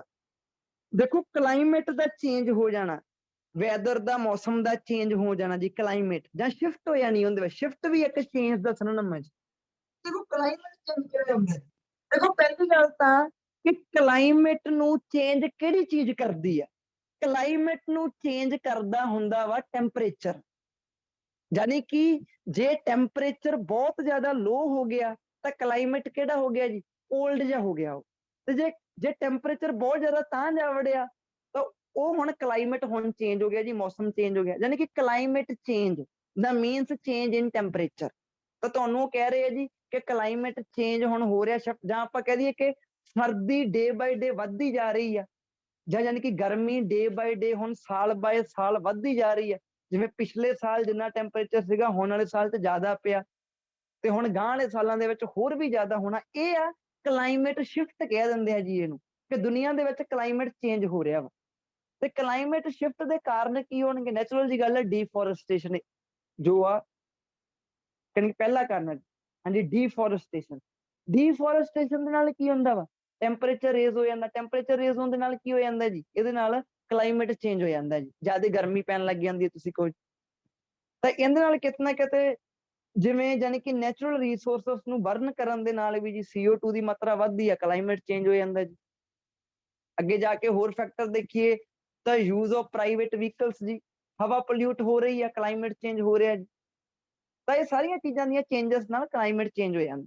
ਸੋਲੂਸ਼ਨ ਕੀ ਹੋ ਸਕਦੇ? ਨੈਚੁਰਲ ਜੀ ਗੱਲ ਆ ਕਿ ਆਪਣੀ ਧਰਤੀ ਦੇ ਉੱਪਰ ਜੋ ਪਲਾਂਟਸ ਹੈਗੇ ਆ, ਹਾਂਜੀ, ਪਲਾਂਟਸ ਨੂੰ ਮੇਨਟੇਨ ਕਰਕੇ ਰੱਖਿਆ ਜਾਵੇ ਤਾਂ ਕਿ ਉੱਥੇ ਜ਼ਿਆਦਾ ਤੋਂ ਜ਼ਿਆਦਾ ਨਹੀਂ ਕਿ ਗ੍ਰੀਨਰੀ ਹੋਵੇ ਤੇ ਜ਼ਿਆਦਾ ਤੋਂ ਜ਼ਿਆਦਾ ਮੀਂਹ ਪਵੇ, ਟੈਂਪਰੇਚਰ ਬੈਲੈਂਸ ਰਵੇ। ਟੈਂਪਰੇਚਰ ਬੈਲੈਂਸ ਰਹੂਗਾ ਤਾਂ ਕਲਾਈਮੇਟ ਜ਼ਿਆਦਾ ਜੋ ਯਾਨੀ ਕਿ ਚੇਂਜ ਆ ਉਹ ਨਹੀਂ ਹੋਊਗਾ, ਸ਼ਿਫਟ ਛੇਤੀ ਦੇਖਣ ਨੂੰ ਨਹੀਂ ਮਿਲੂਗੀ। ਫਿਰ ਜਿੰਨਾ ਜ਼ਿਆਦਾ ਪੋਲਿਊਸ਼ਨ ਆਪਾਂ ਘੱਟ ਕਰਾਂਗੇ ਕਲਾਈਮੇਟ ਚੇਂਜ ਨਹੀਂ ਦੇਖਣ ਨੂੰ ਮਿਲੂਗਾ, ਕਿਉਂਕਿ ਪੋਲਿਊਸ਼ਨ ਦਾ ਸਿੱਧਾ ਲੈਣਾ ਦੇਣਾ ਵਾ ਕਲਾਈਮੇਟ ਚੇਂਜ ਦੇ ਨਾਲ। ਜੇ ਪੋਲਿਊਸ਼ਨ ਜ਼ਿਆਦਾ ਹੋਣ ਲੱਗ ਗਿਆ ਮੌਸਮ ਵੀ ਚੇਂਜ ਹੋਣ ਲੱਗ ਗਿਆ ਨਾ ਜੀ, ਕਿਉਂਕਿ ਹਵਾ ਜ਼ਿਆਦਾ ਪੋਲਿਊਟ ਹੋ ਜੂਗੀ ਤਾਂ ਕਲਾਈਮੇਟ ਚੇਂਜ ਹੋਣ ਲੱਗ ਗਿਆ ਨਾ ਜੀ, CO2 ਜ਼ਿਆਦਾ ਹੋਊਗੀ ਜੀ ਉਹਦੇ ਵਿੱਚ। ਤਾਂ ਇਹ ਸਾਰੀਆਂ ਚੀਜ਼ਾਂ ਮਾਇਨੇ ਰੱਖਦੀਆਂ ਜੀ ਇਹਦੇ ਵਿੱਚ ਕਲਾਈਮੇਟ ਚੇਂਜ ਨੂੰ ਰੋਕਣ ਦੇ ਲਈ। ਤਾਂ ਤੁਸੀਂ ਕਹੋਗੇ ਜੀ ਪਲਾਂਟ ਵੱਧ ਤੋਂ ਵੱਧ ਲਾਓ, ਲੋਕਾਂ ਨੂੰ ਕਹੋ ਕਿ ਜੀ ਜੋ ਨੈਚੁਰਲ ਰਿਸੋਰਸਸ ਨੂੰ ਬਰਨ ਨਾ ਕਰਨ, ਉਹ ਆਹ ਸਾਰੀਆਂ ਚੀਜ਼ਾਂ ਇਹ 'ਚ ਹੋ ਸਕਦੀਆਂ ਕਲਾਈਮੇਟ ਚੇਂਜ ਦੇ ਵਿੱਚ। ਨੈਕਸਟ ਆਣ ਕਿ ਬਾਇਓਡਾਇਵਰਸਿਟੀ। ਬਾਇਓ ਦੇਖੋ ਜੇ ਆਪਾਂ ਨੂੰ ਤੋੜ ਲਈਏ ਤਾਂ ਇੱਕ ਮੂਰੇ ਵਰਡ ਹੈ ਬਾਇਓ। ਬਾਇਓ ਮੀਨਸ ਕੀ ਹੁੰਦਾ? Living things. ਹੁਣ ਲਿਵਿੰਗ ਥਿੰਗਸ ਜਦੋਂ ਆਪਾਂ ਕਹਿੰਦੇ ਆ ਤਾਂ ਮੈਂ ਕੋਈ ਹਿਊਮਨਸ ਨੂੰ ਖਾਸ ਨਹੀਂ ਕਹਿ ਰਿਹਾ। ਲਿਵਿੰਗ ਥਿੰਗ ਜਿਹੜੀ ਵੀ ਹੈਗੀ ਆ ਤੁਹਾਡੇ ਆਸੇ ਪਾਸੇ, ਚਾਹੇ ਉਹ ਹਿਊਮਨਸ ਆ, ਚਾਹੇ ਉਹ ਪਲਾਂਟਸ ਆ, ਚਾਹੇ ਉਹ ਡੌਗ ਆ, ਚਾਹੇ ਉਹ ਕੈਟ ਆ, ਕੋਈ ਵੀ, ਸਾਰੇ ਜੀਵ ਜੰਤੂ, ਸਾਰੇ ਪੇੜ ਪੌਦੇ ਤੇ ਵਿੱਚ ਹੀ ਹਿਊਮਨ, ਇਹ ਸਾਰੇ ਬਾਇਓ ਆ। ਜੋ ਆ ਮੂਰਲਾ ਵਰਡ ਆ ਬਾਇਓ। ਤੇ ਬਾਇਓਡਾਇਵਰਸਿਟੀ, ਡਾਇਵਰਸਿਟੀ ਮੀਨਸ ਵੱਖਰਾਪਣ। ਯਾਨੀ ਕਿ ਬਾਇਓਡਾਇਵਰਸਿਟੀ ਦਾ ਮਤਲਬ ਕੀ ਨਿਕਲਿਆ ਕਿ ਜਿਹੜੀ ਜਗ੍ਹਾ ਤੇ ਵੱਖੋ ਵੱਖ ਤਰ੍ਹਾਂ ਦੇ ਪੇੜ ਪੌਦੇ ਤੇ ਜੀਵ ਜੰਤੂ ਹੋਣ, ਉਹ ਜਗ੍ਹਾ ਨੂੰ ਬਾਇਓਡਾਇਵਰਸਿਟੀ ਕਹਿ ਦਿੰਦੇ ਜੀ ਆਪਾਂ। ਉਹ ਚੀਜ਼ ਉੱਥੇ ਤੁਸੀਂ ਕਹਿ ਸਕਦੇ ਹੋ ਵੀ ਇਹ ਬਾਇਓਡਾਇਵਰਸਿਟੀ ਹੈ ਜੀ। ਮੰਨ ਕੇ ਲਓ ਜੰਗਲ ਆ ਬਹੁਤ ਵੱਡਾ ਇੱਕ, ਜੰਗਲ ਦੇ ਵਿੱਚ ਬਹੁਤ ਤਰ੍ਹਾਂ ਦੇ ਯਾਨੀ ਕਿ ਪਲਾਂਟਸ ਲੱਗੇ ਹੋਏ ਆ, ਹਰ ਇੱਕ ਤਰ੍ਹਾਂ ਦਾ ਪਲਾਂਟ ਆ ਉੱਥੇ। ਤੇ ਉਹ ਜੰਗਲ ਦੇ ਵਿੱਚ ਜੀਵ ਜੰਤੂ ਵੀ ਬਹੁਤ ਰਹਿੰਦੇ ਆ, ਹਰ ਇੱਕ ਜੀਵ ਜੰਤੂ ਉੱਥੇ ਪਾਇਆ ਜਾਂਦਾ। ਤੇ ਉਹ ਫਿਰ ਕੀ ਹੋ ਗਿਆ? ਸਾਇੰਸ ਨੇ ਇੱਕ ਨਾਮ ਦਿੱਤਾ ਕਿ ਜੀ ਇਹ ਬਾਇਓਡਾਇਵਰਸਿਟੀ ਹੈ ਜੀ ਕਹਿੰਦੇ।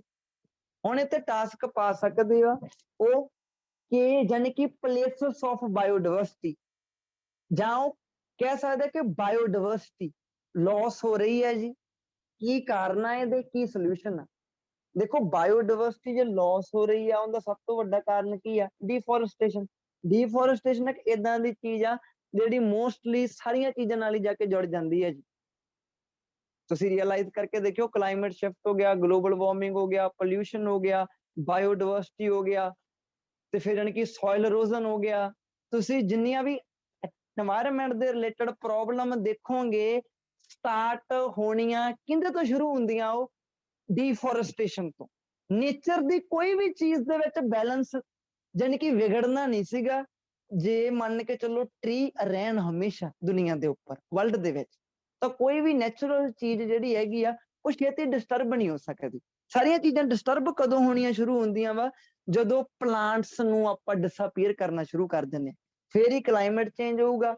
ਸੋਇਲ ਇਰੋਜ਼ਨ ਵੀ ਜੁੜੀ ਹੋਈ ਹੈ ਜੀ ਇਹਦੇ ਨਾਲ, ਸਾਰੀਆਂ ਚੀਜ਼ਾਂ ਜੁੜੀਆਂ ਹੋਈਆਂ ਜਿੰਨੀਆਂ ਵੀ, ਪੋਲਿਊਸ਼ਨ ਵੀ ਨਾਲ ਜੁੜਿਆ ਹੋਇਆ ਵਾ ਜੀ ਇਹਦੇ। ਹਾਂਜੀ, ਧਿਆਨ ਨਾਲ ਦੇਖਿਓ ਜੀ ਇਹਨੂੰ। ਤਾਂ ਬਾਇਓਡਾਇਵਰਸਿਟੀ ਦਾ ਕਾਰਨ ਕੀ ਆ? ਡੀਫੋਰੈਸਟੇਸ਼ਨ। ਜੰਗਲ ਕੱਟ ਤੇ ਤਾਂ ਦੇਖੋ ਜੋ ਪਲਾਂਟਸ ਦੀ ਡਾਇਵਰਸਿਟੀ ਆ ਉਹ ਖਤਮ ਹੋ ਗਈ, ਤੇ ਨਾਲ ਨਾਲ ਜਿਹੜੇ ਉੱਥੇ ਜੀਵ ਜੰਤੂ ਰਹਿੰਦੇ ਸੀਗੇ ਉਹ ਸਾਰੇ ਡਿਸਅਪੀਅਰ ਹੋ ਗਏ। ਤੇ ਕੀ ਹੋ ਗਿਆ? ਬਾਇਓਡਾਇਵਰਸਿਟੀ ਲਾਸ ਹੋ ਗਈ ਜੀ। ਮੇਨ ਕਾਰਨ ਕੀ ਸੀਗਾ? ਡੀਫੋਰੈਸਟੇਸ਼ਨ। ਪੋਲਿਊਸ਼ਨ ਵੀ ਹੋ ਸਕਦਾ ਜੀ, ਯਾਨੀ ਕਿ ਪੋਲਿਊਸ਼ਨ ਦੇ ਨਾਲ ਵੀ ਬਾਇਓਡਾਇਵਰਸਿਟੀ ਲਾਸਟ ਹੁੰਦੀ ਹੈ। ਮੰਨ ਕੇ ਚੱਲੋ ਕੋਈ ਫੈਕਟਰੀ ਆ ਜੋ ਆਪਣਾ ਸਾਰੇ ਕੈਮੀਕਲ ਵਗੈਰਾ ਲਿਜਾ ਕੇ ਕਿੱਥੇ ਯਾਨੀ ਕਿ ਸੱਟਦੀ ਆ, ਕੋਈ ਜਗ੍ਹਾ ਤੇ ਸੱਟਦੀ ਆ ਜੀ, ਉਹ ਜਗ੍ਹਾ ਦੇ ਵਿੱਚ ਕੀ ਹੋਇਆ ਜੀ? ਨਾਲੇ ਤਾਂ ਉੱਥੋਂ ਦੇ ਪੇੜ ਪੌਦਿਆਂ ਦੇ ਵਿੱਚ ਉਹ ਕੈਮੀਕਲ ਜਦੋਂ ਜੜ੍ਹਾਂ 'ਚ ਜਾ ਵੜਿਆ, ਇੱਕ ਨਵੇਂ ਤਰ੍ਹਾਂ ਦੀ ਡਿਜ਼ੀਜ਼ ਸਟਾਰਟ ਹੋ ਗਈ। ਤੇ ਜਦੋਂ ਜਾਨਵਰਾਂ ਨੇ ਉਹ ਕੈਮੀਕਲ ਵਗੈਰਾ ਖਾਧੇ ਉੱਥੋਂ ਦੇ ਨੇ, ਤੇ ਉਹ ਵੀ ਮਰਨੇ ਸ਼ੁਰੂ ਹੋ ਗਏ। ਯਾਨੀ ਕਿ ਦੂਸਰਾ ਇਹਦਾ ਜੋ ਕਾਰਨ ਹੋ ਸਕਦਾ ਜੀ, ਉਹ ਮਾਡਰਨਾਈਜੇਸ਼ਨ ਹੋ ਸਕਦਾ। ਦੂਸਰਾ ਪੁਆਇੰਟ ਜੇ ਆਪਾਂ ਰੂਟ ਕੱਢੀਏ ਇਹਦਾ, ਪਹਿਲਾ ਸੀਗਾ ਡੀਫੋਰੈਸਟੇਸ਼ਨ ਜਿਹਦੇ ਕਰਕੇ ਯਾਨੀ ਕਿ ਬਾਇਓਡਾਇਵਰਸਿਟੀ ਲੋਸਟ ਹੋ ਗਈ। ਦੂਸਰਾ ਮਾਡਰਨਾਈਜੇਸ਼ਨ, ਫੈਕਟਰੀਜ਼ ਵਗੈਰਾ ਬਣ ਰਹੀਆਂ, ਬਹੁਤ ਗਰੋ ਹੋ ਰਹੀਆਂ, ਵੇਸਟ ਮਟੀਰੀਅਲ ਦਾ ਟੈਕਲ ਨਹੀਂ ਧਿਆਨ ਨਾਲ ਕੀਤਾ ਜਾ ਰਿਹਾ, ਤੇ ਜਾ ਕੇ ਕਈ ਫੈਕਟਰੀਆਂ ਤੋਂ ਜੰਗਲਾਂ ਜੁੰਗਲਾਂ ਦੇ ਵਿੱਚ ਆਪਣੇ ਟਰੱਕ ਨੂੰ ਉਹ ਸਾਰਾ ਕੁਝ ਸੁੱਟੇ ਹੁੰਦੀਆਂ। ਤਾਂ ਇਹ ਕਿਤੇ ਨਾ ਕਿਤੇ ਜਾ ਕੇ ਆਪਣਾ ਮਾਡਰਨਾਈਜੇਸ਼ਨ ਨਾਲ ਵੀ ਸਾਰਾ ਜੁੜਿਆ ਵਾ ਜੀ ਇਹ ਕੰਮ। ਤੇ ਨੈਚੁਰਲ ਦੀ ਗੱਲ ਹੈ ਜੇ ਸੋਲੂਸ਼ਨ, ਤਾਂ ਸੋਲੂਸ਼ਨ ਉਹੀ ਹੈ ਜੀ ਕਿ ਗਵਰਨਮੈਂਟ ਨੂੰ ਸਟ੍ਰਿਕਟ ਰੂਲ ਐਂਡ ਰੈਗੂਲੇਸ਼ਨ ਬਣਾਉਣੇ ਚਾਹੀਦੇ ਆ। ਜਿਹੜੀਆਂ ਪਲੇਸਸ ਜਿੱਥੇ ਬਾਇਓਡਾਇਵਰਸਿਟੀ ਹੈ, ਉਹ ਇਲਾਕਾ ਜਿਹੜਾ ਹੈਗਾ ਵਾ, ਉਹ ਰੀਜ਼ਨ ਜਿਹੜਾ ਹੈਗਾ ਵਾ, ਉਹ ਯਾਨੀ ਕਿ ਪ੍ਰੋਹਿਬਿਟਡ ਹੋਣਾ ਚਾਹੀਦਾ ਲੋਕਾਂ ਦੇ ਲਈ। ਲੋਕਾਂ ਦੀ ਯਾਨੀ ਕਿ ਮਨਾਹੀ ਹੋਣੀ ਚਾਹੀਦੀ ਉੱਥੇ ਵੀ। ਉੱਥੇ ਤੁਸੀਂ ਕਹਿ ਦਿਓ ਯਾਨੀ ਕਿ ਉਹ ਰੀਜ਼ਨ ਦੇ ਵਿੱਚ, ਉਹ ਇਲਾਕੇ ਦੇ ਵਿੱਚ ਹਿਊਮਨਸ ਨੂੰ ਤਾਂ ਉਹ ਵੜਨ ਹੀ ਨਾ ਦੇਣ। ਫਿਰ ਆਪਾਂ ਕਹਿ ਸਕਦੇ ਹਾਂ ਕਿ ਬਾਇਓਡਾਇਵਰਸਿਟੀ ਜੋ ਹੈ ਉਹ ਯਾਨੀ ਕਿ ਬਣੀ ਰਹੂਗੀ। ਤੇ ਕਾਰਨ ਤੁਸੀਂ ਪਹਿਲਾਂ ਲਿਖ ਸਕਦੇ ਸੀ ਕਿ ਹਿਊਮਨ ਹੀ ਸਭ ਤੋਂ ਵੱਡਾ ਕਾਰਨ ਆ ਬਾਇਓਡਾਇਵਰਸਿਟੀ ਨੂੰ ਖਤਮ ਕਰਨ ਦਾ ਜੀ। ਤੇ ਥੋੜੇ ਸੋਲੂਸ਼ਨ ਹੋ ਗਏ ਕਿ ਜੀ ਬਾਇਓਡਾਇਵਰਸਿਟੀ ਨੂੰ ਜੇ ਆਪਾਂ ਬਚਾਉਣਾ ਵਾ ਤਾਂ ਵੱਧ ਤੋਂ ਵੱਧ ਪਲਾਂਟ ਟਰੀ ਹੋਣ, ਟਰੀਜ਼ ਨੂੰ ਪਲਾਂਟ ਕਰੋ ਵੱਧ ਤੋਂ ਵੱਧ। ਨੰਬਰ 2 ਤੇ ਸਟ੍ਰਿਕਟ ਰੂਲ ਐਂਡ ਰੈਗੂਲੇਸ਼ਨ ਹੋਣ ਕਿ ਕੋਈ ਵੀ ਹਿਊਮਨ ਨੂੰ ਉੱਥੇ ਜਾਣ ਨਾ ਦੇਣ। ਜੀਵ ਜੰਤੂ ਤੇ ਪੇੜ ਪੌਦਿਆਂ ਦਾ ਉਹ ਜੋ ਹੈਗਾ ਵਾ ਰੀਜ਼ਨ ਹੈਗਾ, ਜੋ ਇਲਾਕਾ ਹੈਗਾ ਵਾ ਜੀ, ਉਹ ਸੇਫ ਹੋਣਾ ਚਾਹੀਦਾ ਬਸ ਪੂਰਾ ਜੀ, ਹਿਊਮਨ ਦੀ ਪਹੁੰਚ ਤੋਂ ਬਾਹਰ ਹੋਣਾ ਚਾਹੀਦਾ। ਤਾਂ ਨੈਕਸਟ ਆਪਣਾ ਹੋ ਗਿਆ ਜੀ ਵਰਡ, ਉਹ ਕਹਿੰਦੇ ਕਿ ਸੋਇਲ ਇਰੋਜ਼ਨ। ਸੋਇਲ, ਉਹ ਕਹਿੰਦੇ ਕਿ ਇਰੋਜ਼ਨ ਮੀਨਸ ਕੀ ਹੁੰਦਾ? ਸੋਇਲ ਮੀਨਸ ਮਿੱਟੀ, ਯਾਨੀ ਕਿ ਇਰੋਜ਼ਨ ਦਾ ਮਤਲਬ ਹੁੰਦਾ ਵਾ ਖੁਰਨਾ, ਵਹਿ ਜਾਣਾ। ਯਾਨੀ ਕਿ ਜੋ ਮਿੱਟੀ ਆ, ਮਿੱਟੀ ਦੀ ਜਿਹੜੀ ਤਾਂ ਵਾਲੀ ਪਰਤ ਆ, ਜਿਹੜੀ ਸਭ ਤੋਂ ਜੋ ਯਾਨੀ ਕਿ ਫਸਟ ਲੇਅਰ ਹੁੰਦੀ ਆ ਯਾਨੀ ਕਿ ਮਿੱਟੀ ਦੀ, ਉਹ ਜਦੋਂ ਯਾਨੀ ਕਿ ਡਿਸਟਰੋਏ ਹੋ ਜਾਂਦੀ ਆ ਤਾਂ ਉਹਨੂੰ ਆਪਾਂ ਕਹਿ ਸਕਦੇ ਹਾਂ ਸੋਇਲ ਇਰੋਜ਼ਨ। ਤੇ ਸੋਇਲ ਇਰੋਜ਼ਨ ਕਾਹਦੇ ਕਰਕੇ ਹੁੰਦਾ ਵਾ? ਸੋਇਲ ਇਰੋਜ਼ਨ ਹੁੰਦਾ ਵਾ ਡੀਫੋਰੈਸਟੇਸ਼ਨ ਕਰਕੇ। ਟਰੀਜ਼ ਦੀਆਂ ਜਿਹੜੀਆਂ ਰੂਟਸ ਹੁੰਦੀਆਂ ਵਾ, ਉਹ ਮਿੱਟੀ ਨੂੰ ਜਗੜ ਕੇ ਰੱਖਦੀਆਂ, ਹੋਲਡ ਕਰਕੇ ਰੱਖਦੀਆਂ। ਰੂਟਸ ਆਫ ਟਰੀ ਹੋਲਡ ਦਾ ਯਾਨੀ ਕਿ ਪਾਰਟੀਕਲਸ ਆਫ ਸੋਇਲ, ਸੋਇਲ ਦੇ ਕਣਾਂ ਨੂੰ ਉਹ ਹੋਲਡ ਕਰਕੇ ਰੱਖਦੀਆਂ। ਤੇ ਜਦੋਂ ਤੁਸੀਂ ਟਰੀ ਨੂੰ ਕੱਟਦੇ ਹੋ ਤੇ ਉਹ ਜਿਹੜੇ ਫਿਰ ਪਾਰਟੀਕਲਸ ਆਫ ਸੋਇਲ ਹੈਗੇ ਆ, ਉਹ ਸਾਰੇ ਵਹਿ ਜਾਂਦੇ ਆ ਜੀ, ਲਾਈਕ ਵਾਟਰ, ਵਾਟਰ ਦੇ ਵੱਲੋਂ ਉਹ ਵਹਿ ਜਾਂਦੇ ਸਾਰੇ, ਉਹ ਖੁਰਨੇ ਸ਼ੁਰੂ ਹੋ ਜਾਂਦੇ ਆ ਜੀ, ਕਿਉਂਕਿ ਪਹਿਲਾਂ ਕਿਸੇ ਚੀਜ਼ ਨੇ ਫੜਿਆ ਹੋਇਆ ਸੀਗਾ ਉਹ ਚੀਜ਼ ਨੂੰ। ਫਿਰ ਫਲੱਡ ਹੋ ਸਕਦੇ ਆ ਜੀ, ਜਦੋਂ ਹੜ੍ਹ ਵਗੈਰਾ ਆਉਂਦੇ ਆ ਤਾਂ ਸੋਇਲ ਇਰੋਜ਼ਨ ਹੋ ਜਾਂਦਾ ਜੀ, ਕਿਉਂਕਿ ਉਹ ਪਾਣੀ ਇੰਨਾ ਤੇਜ਼ ਹੁੰਦਾ, ਮਿੱਟੀ ਦੀ ਤਾਂ ਵਾਲੀ ਪਰਤ ਨੂੰ ਉਹ ਰੋੜ ਕੇ ਲੈ ਜਾਂਦਾ ਜੀ। ਤੇ ਇਹਦੇ ਸੋਲੂਸ਼ਨ ਕੀ ਹੋ ਸਕਦੇ ਜੀ? ਸੋਇਲ ਇਰੋਜ਼ਨ ਦਾ ਇੱਕ ਸਿੰਗਲ ਸੋਲੂਸ਼ਨ ਆ ਸਭ ਤੋਂ ਜ਼ਬਰਦਸਤ, ਕਿ ਡੀਫੋਰੈਸਟੇਸ਼ਨ। ਜਿੰਨੇ ਜ਼ਿਆਦਾ ਪਲਾਂਟ ਲਾਉਂਗੇ ਉਨੇ ਜ਼ਿਆਦਾ ਹੀ ਪਾਰਟੀਕਲਸ ਹੋਲਡ ਹੋ ਕੇ ਰਹਿਣਗੇ ਜੀ ਰੂਟਸ ਦੇ ਵਿੱਚ, ਤੇ ਸੋਇਲ ਇਰੋਜ਼ਨ ਘੱਟ ਹੋਊਗੀ ਜੀ। ਕਿਉਂਕਿ ਹੜ੍ਹਾਂ ਨੂੰ ਤਾਂ ਨਹੀਂ ਨਾ ਤੁਸੀਂ ਰੋਕ ਸਕਦੇ ਜੀ। ਹਾਂ, ਤੁਸੀਂ ਏਦਾਂ ਜ਼ਰੂਰ ਕਹਿ ਸਕਦੇ ਹੋ ਕਿ ਰਿਵਰਸ, ਲੇਕਸ ਦੀ ਜਿਹੜੀ ਬਾਉਂਡਰੀ ਹੈਗੀ ਹੈ ਜੀ, ਜਿਹੜਾ ਪੁਆਇੰਟ ਹੈ ਜਿੱਥੇ ਉਹ ਖਤਮ ਹੁੰਦੀਆਂ ਵਾ, ਉਹ ਤੁਸੀਂ ਕਹਿ ਦਿਓ ਬਈ ਚੰਗੇ ਯਾਨੀ ਕਿ ਡਿਜ਼ਾਈਨ ਦੇ ਨਾਲ ਉਹਨੂੰ ਯਾਨੀ ਕਿ ਕਵਰ ਕੀਤਾ ਜਾਵੇ, ਤਾਂ ਕਿ ਜਦੋਂ ਫਲੱਡ ਆਉਣ ਤਾਂ ਪਾਣੀ ਜਿਹੜਾ ਹੈਗਾ ਵਾ ਉਹ ਬਾਹਰ, ਜੋ ਆਪਾਂ ਕਹਿ ਦਈਏ ਬਈ ਯਾਨੀ ਕਿ ਵੀ ਉਹ ਇਲਾਕੇ ਦੇ ਵੱਲ ਹੀ ਨਾ ਜਾਵੇ। ਤੁਸੀਂ ਕਈ ਵਾਰੀ ਦੇਖਿਆ ਕਿ ਰਿਵਰਸ ਦੇ ਜਿਹੜੇ ਬੰਨ ਲਾ ਕੇ ਰੱਖੇ ਹੁੰਦੇ, ਉਹਨਾਂ ਨੇ ਬਾਉਂਡਰੀ ਜਿਹੜੀ ਹੁੰਦੀ ਉਹਦੀ ਪੂਰੀ, ਤੇ ਉਹਨੂੰ ਕਾਫੀ ਜ਼ਿਆਦਾ ਸਟਰੋਂਗ ਬਣਾਇਆ ਹੁੰਦਾ ਕਿ ਪਾਣੀ ਬਾਹਰ ਨਾ ਨਿਕਲੇ। ਤਾਂ ਕਰਕੇ ਤੁਸੀਂ ਕਰੋ ਫਲੱਡਸ ਤੋਂ ਯਾਨੀ ਕਿ ਪ੍ਰੀਕਾਸ਼ਨਸ ਕੀਤੀਆਂ ਜਾ ਸਕਦੀਆਂ ਕੁਝ ਕਿ ਫਲੱਡਸ ਨਾ ਯਾਨੀ ਕਿ ਬਾਹਲੇ ਭਿਆਨਕ ਹੋਣ। ਹਾਂਜੀ, ਸੋਇਲ ਇਰੋਜ਼ਨ ਦੇ ਕਈ ਵਾਰੀ ਪ੍ਰਭਾਵ ਪੁੱਛ ਲੈਂਦੇ ਆ ਜੀ ਕਿ ਨੈਗੇਟਿਵ ਪ੍ਰਭਾਵ ਕੀ ਹੋ ਸਕਦੇ ਆ ਸੋਇਲ ਇਰੋਜ਼ਨ ਦੇ। ਦੇਖੋ, ਸੋਇਲ ਇਰੋਜ਼ਨ ਜਿਹੜੀ ਮਿੱਟੀ ਦੀ ਤਾਂ ਵਾਲੀ ਪਰਤ ਆ ਨਾ, ਆਪਣੀਆਂ ਫਸਲਾਂ ਦੇ ਵਿੱਚ ਯੋਗਦਾਨ ਮਿੱਟੀ ਦੀ ਤਾਂ ਵਾਲੀ ਪਰਤ ਦਾ ਬਹੁਤ ਜ਼ਿਆਦਾ ਮੰਨਿਆ ਜਾਂਦਾ। ਜੇ ਮਿੱਟੀ ਦੀ ਤਾਂ ਵਾਲੀ ਪਰਤ ਹੀ ਰਹਿ ਜੂਗੀ, ਕਿਉਂਕਿ ਜਿਹੜੀ ਫਸਟ ਲੇਅਰ ਹੁੰਦੀ ਹੈ ਨਾ ਸੋਇਲ ਦੀ, ਫਸਟ ਲੇਅਰ ਦੇ ਵਿੱਚ ਸ਼ਕਤੀ ਜ਼ਿਆਦਾ ਹੁੰਦੀ ਹੈ। ਤਾਂ ਕਰਕੇ ਯਾਨੀ ਕਿ ਜਿਹੜੇ ਇਲਾਕੇ ਦੇ ਵਿੱਚ ਸੋਇਲ ਇਰੋਜ਼ਨ ਹੋ ਜਾਂਦਾ ਵਾ ਨਾ, ਤੇ ਉਹ ਇਲਾਕੇ ਦੇ ਵਿੱਚ ਫਸਲਾਂ ਬਾਅਦ ਚੋਂ ਜ਼ਿਆਦਾ ਹੈਲਦੀ ਨਹੀਂ ਹੋ ਸਕਦੀਆਂ ਹੁੰਦੀਆਂ। ਕਿਉਂ? ਕਿਉਂਕਿ ਜਿਹੜੀ ਉਹਦੀ ਫਸਟ ਲੇਅਰ ਸੀਗੀ ਉਹ ਡਿਸਟਰੋਏ ਹੋ ਗਈ। ਹੋਣਗੀਆਂ ਤਾਂ ਹਲੇ ਵੀ, ਬਟ ਜ਼ਿਆਦਾ ਹੈਲਦੀ ਨਹੀਂ ਹੋ ਸਕਦੀਆਂ ਜੀ। ਤਾਂ ਇਹਦਾ ਨੈਗੇਟਿਵ ਪ੍ਰਭਾਵ ਦੇਖਿਆ ਜਾ ਸਕਦਾ ਜੀ, ਉੱਥੇ ਫਸਲਾਂ ਵਗੈਰਾ ਨੂੰ ਗਰੋ ਕਰਨ ਦੇ ਵਿੱਚ ਬੜੀ ਦਿੱਕਤ ਹੋਊਗੀ, ਤੇ ਉਹ ਜੇ ਬਾਈ ਚਾਂਸ ਤੁਹਾਡੇ ਤੋਂ ਨੈਗੇਟਿਵ ਪ੍ਰਭਾਵ ਉਹ ਪੁੱਛ ਵੀ ਲੈਣ। ਹਾਂਜੀ, ਤਾਂ ਨੈਕਸਟ ਜਾ ਕੇ ਦੇਖਦੇ ਜੀ ਆਪਾਂ ਸੋਲਰ ਤੇ ਵਿੰਡ એનર્ਜੀ। ਦੇਖੋ, ਸੋਲਰ એનર્ਜੀ ਕਿਹੜੀ? ਜਿਹੜੀ ਸੂਰਜ ਤੋਂ ਪੈਦਾ ਕੀਤੀ ਜਾਂਦੀ ਹੈ। ਵਿੰਡ ਕਿਹੜੀ? ਜਿਹੜੀ ਹਵਾ ਤੋਂ ਪੈਦਾ ਕੀਤੀ ਜਾਂਦੀ ਹੈ। ਸੂਰਜ ਤੋਂ એનર્ਜੀ ਪੈਦਾ ਕੀਤੀ, ਉਹਦੇ ਫਾਇਦੇ ਪੁੱਛ ਰਹੇ ਆ ਜੀ। ਇਹ ਕਦੇ ਵੀ ਖਤਮ ਨਹੀਂ ਹੁੰਦੀ ਜੀ, ਨੋਟ ਲਿਮਟਡ, ਇਹ ਲਿਮਟਡ ਨਹੀਂ ਹੈਗੀ। ਸੂਰਜ ਨੇ ਰੋਜ਼ ਉੱਗਣਾ ਜੀ, ਤੇ ਤੁਸੀਂ ਰੋਜ਼ ਬਣਾ ਸਕਦੇ ਹੋ। ਇਹ ਹੈਗੀ ਆ ਰੀਨਿਊਏਬਲ। ਰੀਨਿਊਏਬਲ ਮੀਨਸ ਜਿਹੜੀ ਦੁਬਾਰਾ ਪੈਦਾ ਕੀਤੀ ਜਾ ਸਕਦੀ। Solar energy is renewable. You can ਯਾਨੀ ਕਿ ਪ੍ਰੋਡਿਊਸ ਨਹੀਂ ਕਹਿ ਸਕਦੇ, you can get it every day. ਤੁਸੀਂ ਹਰ ਰੋਜ਼ ਇਹਨੂੰ ਗੈਟ ਕਰ ਸਕਦੇ ਹੋ ਜੀ। ਤਾਂ ਫਿਰ ਇਹਦਾ ਦੂਸਰਾ ਕੀ ਹੈ ਜੀ? ਫਿਰ ਇਹ ਪੋਲਿਊਸ਼ਨ ਨਹੀਂ ਕਰਦੀ ਕੋਈ ਵੀ ਜੀ, ਇਹ ਕੋਈ ਵੀ ਪੋਲਿਊਸ਼ਨ ਨਹੀਂ ਕਰਦੀ। ਇਹ ਇੱਕ ਤਰ੍ਹਾਂ ਦੀ ਯਾਨੀ ਕਿ ਫਰੈਂਡਲੀ ਆ। ਫਰੈਂਡਲੀ ਕਿਹਦੇ ਨਾਲ ਆ? এনवायरमेंट ਦੇ ਨਾਲ ਫਰੈਂਡਲੀ ਆ ਇਹ, ਕਿਉਂਕਿ ਸੋਲਰ એનર્ਜੀ ਤੋਂ ਕਿਸੇ ਵੀ ਤਰ੍ਹਾਂ ਦਾ ਪੋਲਿਊਸ਼ਨ ਨਹੀਂ ਪੈਦਾ ਹੁੰਦਾ। ਨਾ ਹੀ ਇਹ ਚੋਂ CO2 ਨਿਕਲਣੀ, ਨਾ ਹੀ ਇਹ ਤੋਂ ਕੋਈ ਗੈਸ ਵਗੈਰਾ ਨਿਕਲਣੀ ਜੋ ਕਿ ਟੈਂਪਰੇਚਰ ਨੂੰ ਵਧਾ ਦੇਵੇ, ਹਵਾ ਨੂੰ ਪੋਲਿਊਟ ਕਰ ਦੇਵੇ। ਨਹੀਂ, ਨੁਕਸਾਨ 0% ਹੈ। ਫਿਰ ਡਰਾਬੈਕ ਕੀ ਹੋਏਗੀ? ਡਰਾਬੈਕ ਹੋਏ ਕਿ ਮਹਿੰਗੀ ਬਹੁਤ ਪੈਂਦੀ ਹੈ ਜੀ। ਸੋਲਰ ਸਿਸਟਮ ਜੇ ਤੁਸੀਂ ਲਗਵਾਉਣਾ ਹੋਵੇ ਆਪਣੇ ਘਰ ਦੇ ਵਿੱਚ, ਸੋਲਰ ਯਾਨੀ ਕਿ ਪੈਨਲਸ ਹੁੰਦੀਆਂ ਜਿਹੜੀਆਂ ਛੱਤ ਦੇ ਉੱਪਰ ਲੱਗੀਆਂ ਹੁੰਦੀਆਂ, ਜੋ ਸਲੇਟਸ ਹੁੰਦੀਆਂ, ਉਹ ਸੋਲਰ ਪੈਨਲਸ ਹੁੰਦੀਆਂ। ਸੋਲਰ ਪੈਨਲ ਜਿਹੜੀ ਹੁੰਦੀ ਆ, ਉਹ ਜਿਹੜੀ ਟੈਕਨੋਲੋਜੀ ਆ ਉਹ ਮਹਿੰਗੀ ਬਹੁਤ ਆ, ਕਿਉਂਕਿ ਯਾਨੀ ਕਿ ਜੋ ਯਾਨੀ ਕਿ ਤੁਸੀਂ ਇੱਕ ਟਰਮ ਸੁਣੀ ਹੋਊਗੀ, ਉਹਦਾ ਨਾਮ ਹੈ ਯਾਨੀ ਕਿ ਨੈਨੋ ਟੈਕਨੋਲੋਜੀ। ਹਾਂਜੀ, ਨੈਨੋ ਟੈਕਨੋਲੋਜੀ ਬਹੁਤ ਮਹਿੰਗੀ ਹੈ। ਜਿਹੜੀਆਂ ਉਹ ਪਲੇਟਸ ਨਾ, ਉਹਦੇ ਵਿੱਚ ਨੈਨੋ ਟੈਕਨੋਲੋਜੀ ਨਾਲ ਕੰਮ ਕੀਤਾ ਗਿਆ ਵਾ ਜੀ। ਉਹ ਤੇ ਉਹ ਬਣਾਉਣੀ ਆ, ਤੇ ਜੋ ਯਾਨੀ ਕਿ ਮਟੀਰੀਅਲ ਆ ਉਹ ਬਹੁਤ ਜ਼ਿਆਦਾ ਕੋਸਟਲੀ ਪੈਂਦਾ ਵਾ ਜੀ। ਉਹ ਕੰਪਨੀਆਂ ਨੂੰ ਹੀ ਬਹੁਤ ਜ਼ਿਆਦਾ ਕੋਸਟਲੀ ਪੈਂਦਾ ਵਾ, ਤੇ ਫਿਰ ਉਹਨੂੰ ਇੱਕ ਨੋਰਮਲ ਪਰਸਨ ਤਾਂ ਕਰ ਹੀ ਨਹੀਂ ਸਕਦਾ ਉਹਨੂੰ ਬਾਈ ਜੀ। ਤਾਂ ਯਾਨੀ ਕਿ ਤੁਸੀਂ ਸਮਝ ਲਓ ਕਿ ਜੋ ਯਾਨੀ ਕਿ ਸੋਲਰ ਪੈਨਲਸ ਆ, ਜੇ ਤੁਸੀਂ ਉਹ ਸੈਟਅਪ ਕਰਵਾਉਣੀਆਂ ਵਾ ਤਾਂ ਉਹ ਬਹੁਤ ਜ਼ਿਆਦਾ ਮਹਿੰਗੀਆਂ ਪੈਣਗੀਆਂ।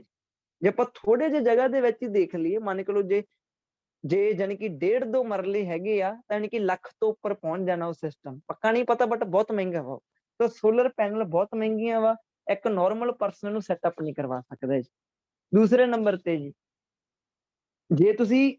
ਜੇ ਹੁਣ ਮੰਨ ਕੇ ਲਓ ਜਿਹੜੀ ਜੋ ਯਾਨੀ ਕਿ ਸੋਲਰ એનર્ਜੀ ਹੁੰਦੀ ਆ ਉਹਦੇ ਲਈ ਸੂਰਜ ਦਾ ਹੋਣਾ ਜ਼ਰੂਰੀ ਹੈ। ਜੇ ਸੂਰਜ ਆ ਤਾਂ ਉਹ ਚੀਜ਼ ਕੰਮ ਕਰੂਗੀ, ਤੇ ਜਿੱਦੇ ਸੂਰਜ ਯਾਨੀ ਕਿ ਬੱਦਲਾਂ ਦੇ ਵਿੱਚ ਹੀ ਲੁਕਿਆ ਰਵੇ ਸਾਰਾ ਦਿਨ, ਜਿੱਦੇ ਮੀਂਹ ਪਈ ਜਾਵੇ ਉਹਦੇ ਉਹ ਸੋਲਰ ਪੈਨਲ ਨੇ ਬੈਟਰਾ ਚਾਰਜ ਹੀ ਨਹੀਂ ਕਰਨਾ ਜੀ।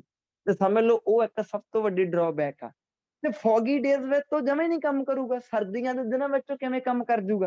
ਕਿਉਂਕਿ ਜਦੋਂ ਫੌਗੀ ਡੇਜ਼ ਹੁੰਦੇ, ਫੌਗੀ ਡੇਜ਼ ਮੀਨਸ ਧੁੰਦ ਵਾਲੇ ਦਿਨ, ਜਿਹੜੀਆਂ ਸੂਰਜ ਦੀਆਂ ਰੇਜ਼ ਹੁੰਦੀਆਂ ਨਾ, ਤੁਹਾਡੇ ਵਿੱਚ ਜਿਹੜੇ ਸਾਇੰਸ ਸਟੂਡੈਂਟ ਆ, ਸੂਰਜ ਦੀਆਂ ਰੇਜ਼ ਜਿਹੜੀਆਂ ਹੁੰਦੀਆਂ ਵਾ ਉਹ ਫੌਗ ਨੂੰ ਪੈਨੀਟ੍ਰੇਟ ਹੀ ਨਹੀਂ ਕਰ ਸਕਦੀਆਂ। ਪੈਨੀਟ੍ਰੇਟ ਮੀਨਸ ਧੁੰਦ ਦੇ ਵਿੱਚੋਂ ਦੀ ਲੰਘਣਾ।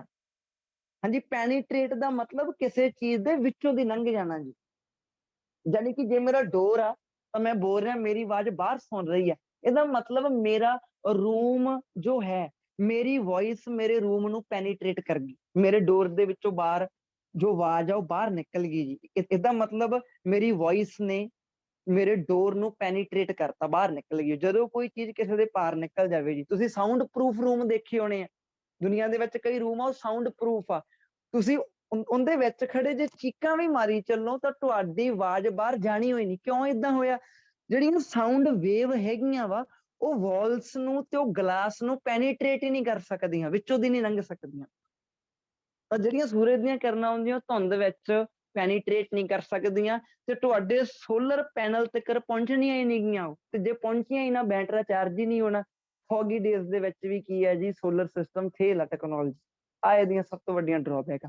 ਵਿੰਡ ਵੀ ਸੇਮ ਹੀ ਹੈ ਜੀ, ਜਿੰਨੇ ਵਾਰ ਮਰਜੀ ਜੋ ਯਾਨੀ ਕਿ એનર્ਜੀ ਉਹਨੂੰ ਗੈਟ ਕਰੋ ਜੀ, ਕਿਉਂਕਿ ਵਿੰਡ ਤੇ ਚੱਲ ਰਹੀ ਹੈ ਜੀ, ਉਹ ਬੈਟਰਾ ਚਾਰਜ ਹੋ ਗਿਆ, ਜਿੱਥੇ ਮਰਜੀ ਉਹਨੂੰ ਯੂਜ਼ ਕਰੋ, এনवायरमेंट ਨੂੰ 0% ਹਾਰਮਫੁਲ ਆ। ਇਹਦਾ ਡਰਾਬੈਕ ਕੀ ਆ? ਜੇ ਵਿੰਡ ਨਹੀਂ ਹੋਊਗੀ ਤਾਂ ਤੁਸੀਂ ਫਿਰ ਉਹ ਕਿੱਥੋਂ ਲੈ ਕੇ ਆਉਂਗੇ ਉਹ ਚੀਜ਼? ਜੇ ਵਿੰਡ ਹੀ ਨਾ ਹੋਊਗੀ ਤੇ ਉਹ ਜਿਹੜੀ ਉਹ ਫੈਨ ਹੁੰਦਾ ਵਾ ਜਿਹੜਾ ਬਹੁਤ ਵੱਡਾ ਬਣਾਇਆ ਹੁੰਦਾ, ਜਿਹਨੂੰ ਆਪਾਂ ਪੌਣ ਚੱਕੀ ਕਹਿ ਦਿੰਦੇ ਆ, ਉਹ ਰੋਟੇਟ ਹੀ ਨਹੀਂ ਕਰੂਗਾ ਜੀ। ਤੇ ਰੋਟੇਟ ਨਹੀਂ ਕਰੂਗਾ ਤੇ ਬੈਟਰਾ ਚਾਰਜ ਨਹੀਂ ਹੋਊਗਾ। ਤੁਹਾਡੇ ਵਿੱਚੋਂ ਸਾਇੰਸ ਦੀ ਬੁੱਕ ਦੇ ਵਿੱਚ ਕਈਆਂ ਨੇ ਆਹ ਵਾਲੀ ਚੀਜ਼ ਨਿੱਕੇ ਹੁੰਦੇ ਦੇਖੀ ਹੋਣੀ ਹੈ ਜੀ, ਜਿੱਥੇ ਆਹ ਵਾਲੀ ਡਾਇਗ੍ਰਾਮ ਬਣਾਈ ਹੁੰਦੀ ਸੀਗੀ, ਆਹ ਵਾਲੀ, ਤੇ ਨਾਲ ਇੱਕ ਤਾਰ ਜੀ ਲੱਗੀ ਹੁੰਦੀ ਸੀਗੀ, ਇੱਥੇ ਆ ਬੈਟਰਾ ਹੁੰਦਾ ਸੀ, ਬੈਟਰਾ ਘਰਾਂ ਨੂੰ ਜਾ ਕੇ ਸਪਲਾਈ ਦਿੰਦਾ ਹੁੰਦਾ ਸੀਗਾ। ਇਹ ਹੁੰਦੀ ਆ ਵਿੰਡ એનર્ਜੀ। ਆ ਜਦੋਂ ਪੱਖਾ ਹਵਾ ਨਾਲ ਘੁੰਮੂਗਾ ਤਾਂ ਬੈਟਰਾ ਚਾਰਜ ਹੋ ਜਾਊਗਾ, ਬੈਟਰੀ ਦੀ ਜੋ ਯਾਨੀ ਕਿ એનર્ਜੀ ਆ ਉਹ ਜਾ ਕੇ ਘਰਾਂ ਦੇ ਵਿੱਚ ਯੂਜ਼ ਕਰ ਲਓਗੇ। ਟਾਸਕ 1 ਵੀ ਇਹ ਪਾ ਦਿੰਦੇ ਕਈ ਵਾਰੀ। ਤਾਂ ਇਹਦਾ ਵੀ ਡਰਾਬੈਕ ਆ ਜੀ, ਜੇ ਵਿੰਡ ਹੀ ਨਾ ਚੱਲਦੀ ਹੋਊਗੀ ਫਿਰ ਬੰਦਾ ਕੀ ਕਰੂਗਾ? ਇਹ ਚੀਜ਼ ਆਪਾਂ ਡਰਾਬੈਕ। ਤੇ ਫਿਰ ਇਹ ਵੀ ਤੁਸੀਂ ਕਹੋਗੇ ਸੈਟਅਪ ਕਰਵਾਉਣੀ, ਅੱਛਾ ਸਪੇਸ ਚਾਹੀਦੀ ਹੈ ਤੁਹਾਨੂੰ, ਤੁਸੀਂ ਆ ਬਹੁਤ ਵੱਡਾ ਪੱਖਾ ਜਿਹਾ ਲਵਾਉਣਾ ਵਾ, ਤੁਹਾਨੂੰ ਸਪੇਸ ਤਾਂ ਚਾਹੀਦੀ ਹੋਊਗੀ ਨਾ ਬਹੁਤ ਜ਼ਿਆਦਾ ਜੀ। ਤਾਂ ਇਹਦੇ ਲਈ ਵੀ ਪ੍ਰੋਬਲਮਸ ਹੈਗੀ। ਸੋਲਰ ਲਈ ਮਾਇਨੇ ਨਹੀਂ ਰੱਖਦਾ, ਤੁਸੀਂ ਛੱਤ ਉੱਪਰ ਲਾ ਲਓ, ਉਹ ਟੈਰੇਸ ਦੇ ਉੱਪਰ ਸੈਟਅਪ ਕੀਤਾ ਜਾ ਸਕਦਾ, ਉਹ ਸਾਰਾ ਜੋ ਵੀ ਪ੍ਰੋਜੈਕਟ ਹੁੰਦਾ ਵਾ।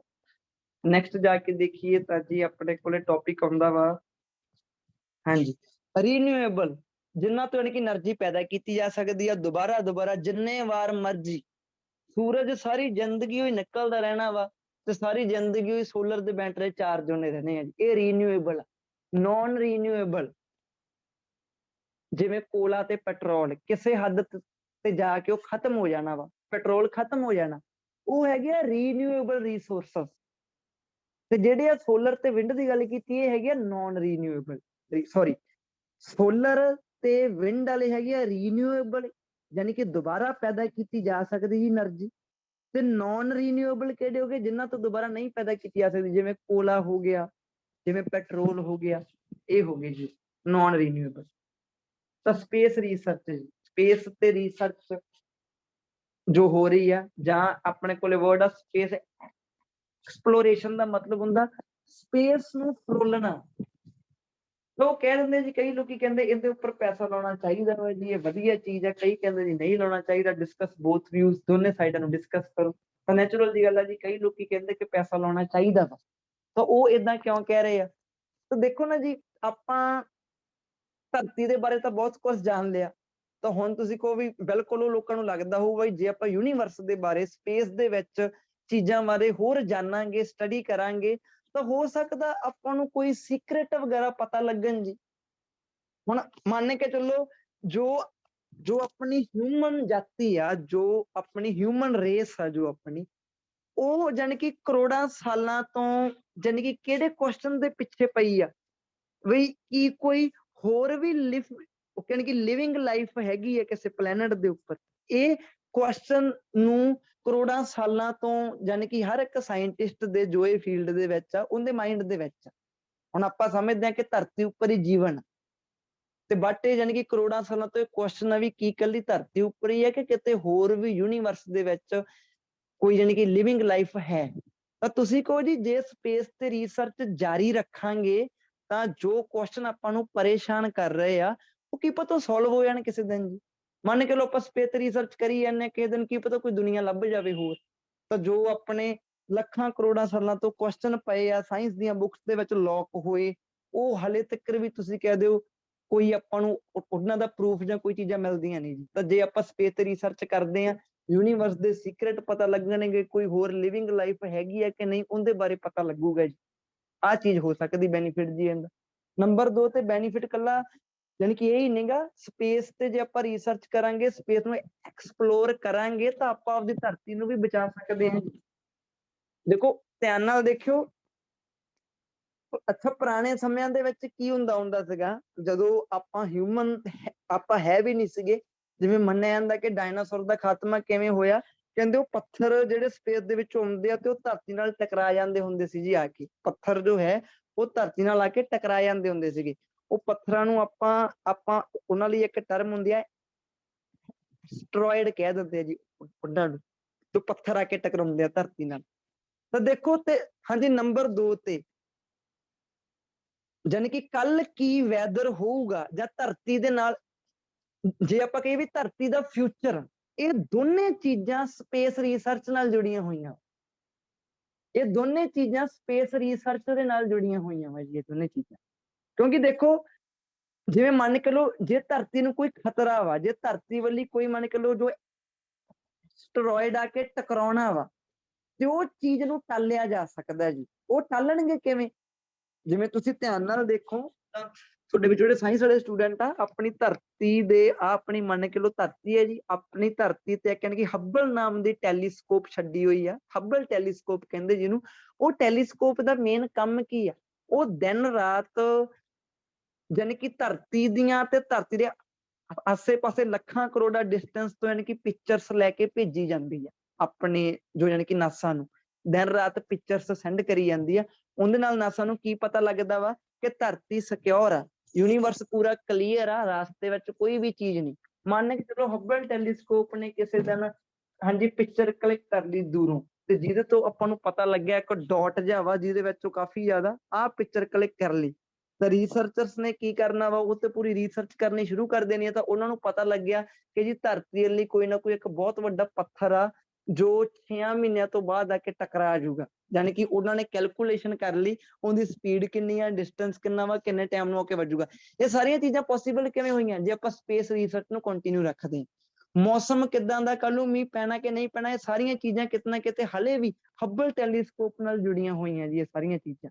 ਤਾਂ ਤੁਸੀਂ ਕਹੋ ਜੀ ਇਹ ਚੀਜ਼ਾਂ ਨੂੰ ਇੱਕ ਤਰ੍ਹਾਂ ਦਾ ਹੱਬਲ ਟੈਲੀਸਕੋਪ ਨੂੰ ਜਾਣੀ ਕਿ ਨਿਗਰਾਨੀ ਦੇ ਵਾਸਤੇ ਭੇਜਿਆ ਗਿਆ ਵਾ ਸਪੇਸ ਦੇ ਵਿੱਚ, ਬਈ ਆਪਣੀ ਧਰਤੀ ਦੀ ਨਿਗਾਹ ਰੱਖੇ ਵੀ ਆਪਾਂ ਨੂੰ ਕੋਈ ਖਤਰਾ ਤਾਂ ਨਹੀਂ ਹੈਗਾ।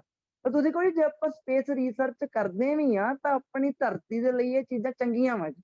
ਨੰਬਰ 2 ਤੇ ਜੇ ਆਪਾਂ ਨੂੰ ਕੋਈ ਹੋਰ ਪਲੈਨਟ ਮਿਲ ਗਿਆ, ਉਹ ਪਲੈਨਟ ਤੋਂ ਆਪਾਂ ਨੂੰ ਪਤਾ ਲੱਗਿਆ ਇੱਕ ਨਿਊ ਪਲੈਨਟ, ਆਪਾਂ ਉੱਥੇ ਜਾ ਵੜੇ, ਕੀ ਪਤਾ ਆਪਾਂ ਨੂੰ ਉੱਥੇ ਨੈਚੁਰਲ ਰਿਸੋਰਸਸ ਮਿਲ ਜਾਣ, ਜਾਂ ਆਪਾਂ ਉਹ ਪਲੈਨਟ ਨੂੰ ਪੁੱਟ ਕੇ ਦੇਖਣ ਨੂੰ ਤੇ ਨੀਚੇ ਸੋਨਾ ਹੀ ਹੋਵੇ ਉਹਦੇ ਬਹੁਤ ਜ਼ਿਆਦਾ, ਕਮ ਸੇ ਕਮ ਸਾਰਾ ਸੋਨਾ ਤਾਂ ਲਿਆਉਣਗੇ ਨਾ ਧਰਤੀ ਤੇ, ਧਰਤੀ ਰਿਚ ਬਣ ਜਾਊਗੀ।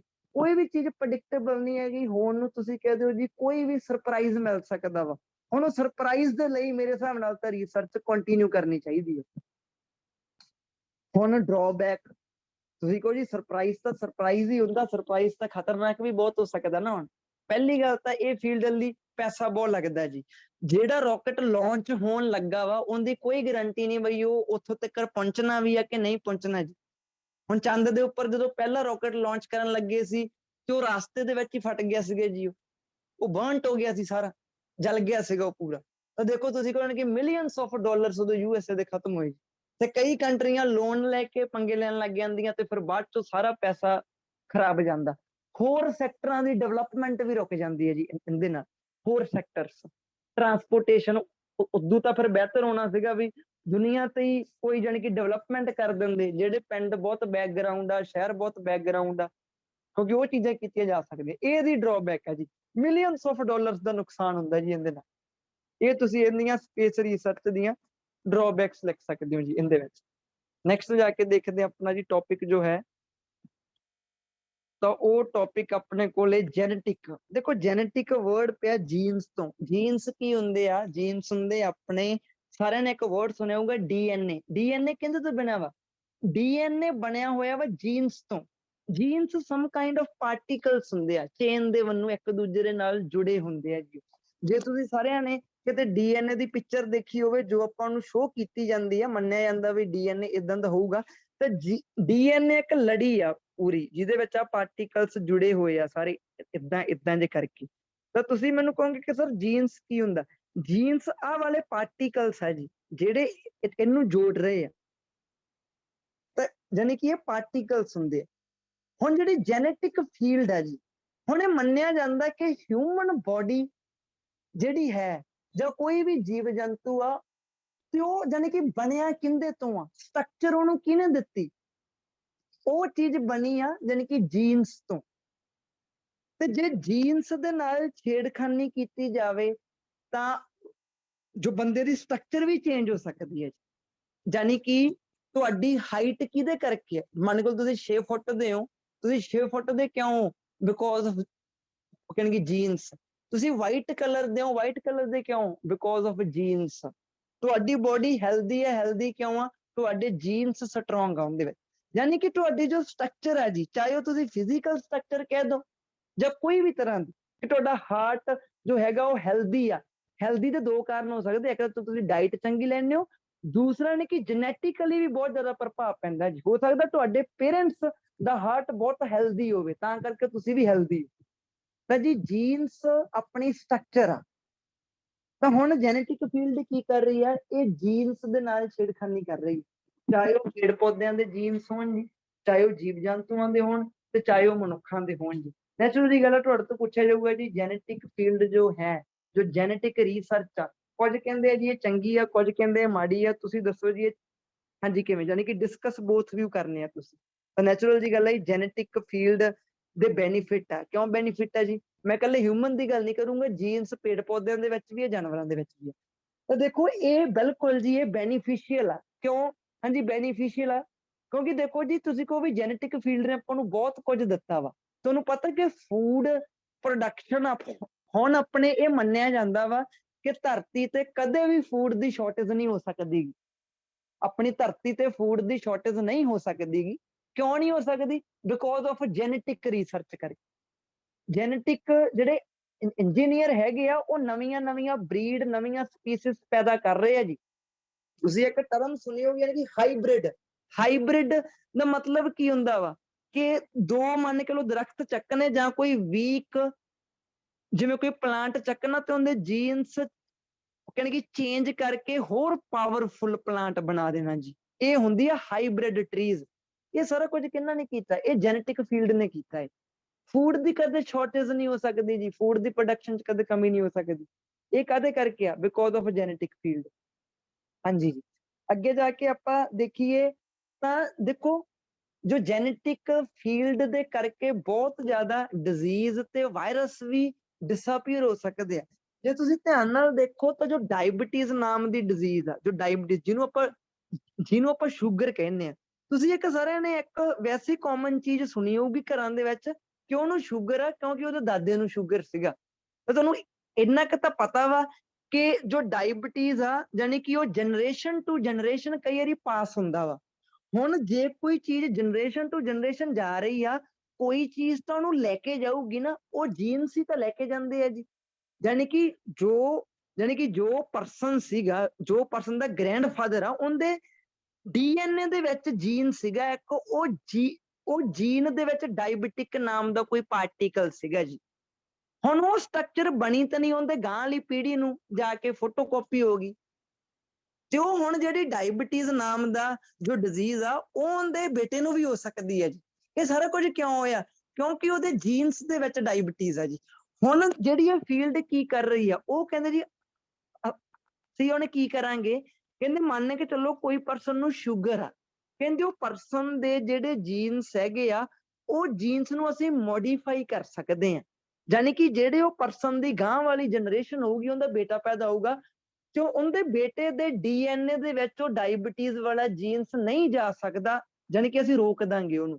ਤਾਂ ਦੇਖੋ ਜੈਨੇਟਿਕ ਫੀਲਡ ਨੇ ਉਹ ਚੀਜ਼ ਵੀ ਪੋਸੀਬਲ ਕਰਤੀ ਕਿ ਜੋ ਯਾਨੀ ਕਿ ਕ੍ਰੋਨਿਕਲ ਡਿਜ਼ੀਜ਼ ਸੀਗੀਆਂ, ਕ੍ਰੋਨਿਕਲ ਜਿਵੇਂ ਡਾਇਬਟੀਜ਼ ਹੈ ਕ੍ਰੋਨਿਕਲ ਡਿਜ਼ੀਜ਼ ਹੈ ਜੀ, ਤਾਂ ਹੋਰ ਵੀ ਕਈ ਤਰ੍ਹਾਂ ਦੀਆਂ ਡਿਜ਼ੀਜ਼ ਹੈਗੀਆਂ ਜਿਹੜੀਆਂ ਕ੍ਰੋਨਿਕਲ ਆ, ਤੇ ਉਹ ਹਾਂਜੀ ਜੀਨਸ ਦੇ ਰਾਹੀਂ ਪਾਸ ਹੁੰਦੀਆਂ ਗਾਂ ਦੀਆਂ। ਤੇ ਜੈਨੇਟਿਕ ਫੀਲਡ ਨੇ ਕੀ ਕੀਤਾ, ਉਹ ਡਿਜ਼ੀਜ਼ ਵਾਇਰਸ ਨੂੰ ਗਾਂਹ ਜਾਣ ਤੋਂ ਰੋਕਤਾ ਜੀ, ਚਾਹੇ ਉਹ ਪੇੜ ਪੌਦਿਆਂ ਦੇ ਵਿੱਚ ਹੋਣ ਡਿਜ਼ੀਜ਼, ਚਾਹੇ ਉਹ ਹੋਣ ਹਿਊਮਨਸ ਦੇ ਵਿੱਚ। ਇਹਦੇ ਫਾਇਦੇ ਆ ਜੀ, ਨੁਕਸਾਨ ਇਹਦਾ ਇੱਕ ਸਿੰਗਲ ਹੀ ਆ, ਤੁਸੀਂ BP ਨੂੰ ਵੱਡਾ ਕਰਕੇ ਲਿਖ ਸਕਦੇ ਹੋ।